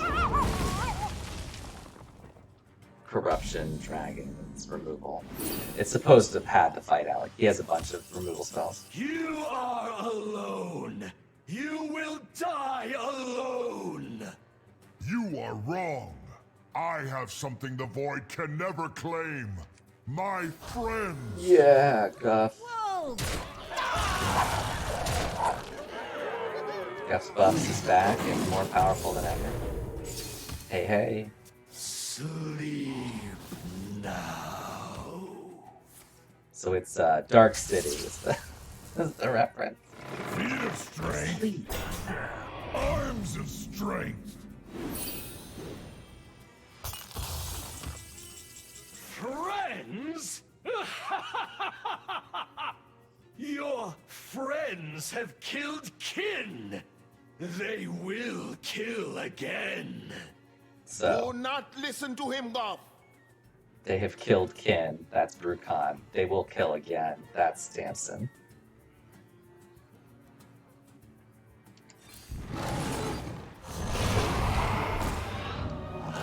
Yeah. It's way better.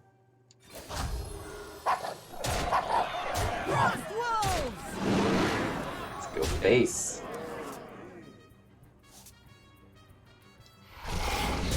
Better just clean that off. Behold your nightmare!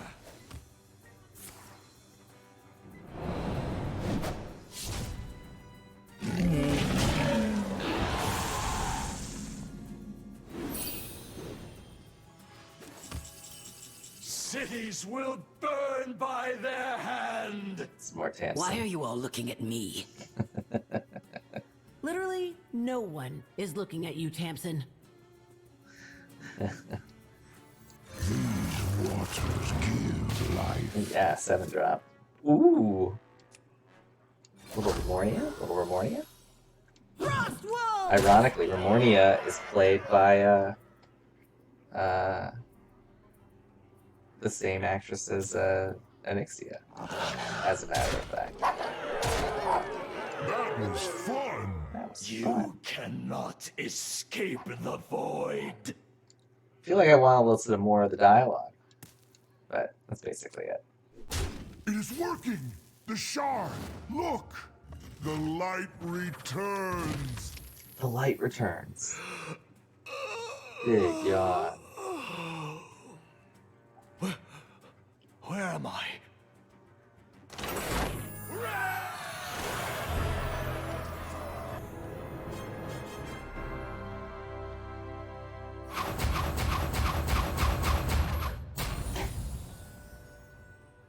Archdruid Rune Totem.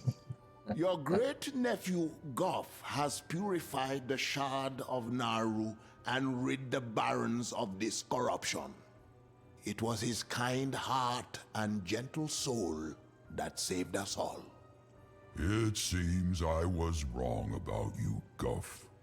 I owe you an apology. I could never have done it alone. As the great trees are made stronger by their grove, so am I made stronger by my friends. Plus, my friends are much nicer to hug. Come here. Group hug. So there you have it. Book of Mercenaries Chapter 3, Guff, Rune Totem. I do, looking back, like how it kind of plays into the feel of you delving into this dungeon. You go through the attunement quest and you fight through all the bosses in the dungeon. Gives this sense of like continuity through the whole thing. You have Guff on his journey to like become confident, to feel like he can be a hero. Work that out for himself, allowing him to defeat the final boss, and then getting redemption in the eyes of his uncle, who turned him away at the beginning of the story. So there is this kind of like nice through line through the whole thing. I also like that it ties in so nicely with the cinematic for Wailing Caverns, which is the most, I think, like plot heavy of all the cinematics from the year. Much less about vibe and much more about like seeing these characters. We missed a couple of these characters. We've got our Dawngrass minion. They freeze any minion damaged by this minion. Pretty nice. And then Tamsin, Spellburst. Summon an imp familiar, all with revive. Pretty great stuff. So that'll do it for tonight. So thank you everyone so much for coming and sitting with me as we play through some of the solo content, tell some stories about the development of Book of Mercenaries. It's nice to say goodbye as we have rotation now entering Year of the Wolf. If you like what I'm doing, you want to follow me, you want to give some feedback or say hello, you can always reach me on Twitter at @TheMattLondon, or catch me here at twitch.tv/TheMattLondon. And be sure to check out Festival of Legends, the latest Hearthstone expansion, which comes out this Tuesday, April 11th. So be there or be square. Really appreciate all of you being here. You know, I'm not a professional streamer by any means, so grateful to have people come and enjoy. And I'm going to send you over to Redbeard, who's crushing it on the arena ladder. So let's see if I know how to do this. I think this works. So long, everyone.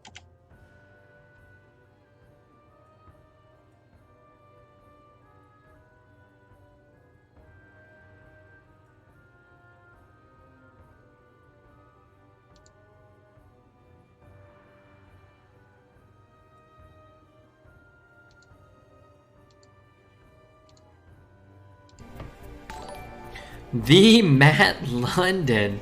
Alright, well, I was just kidding about what I just said. So if Matt caught that, I said mage needs a buff. And this is the guy that can give mage a buff, so let's not do that. I was actually, when I said I was reading something,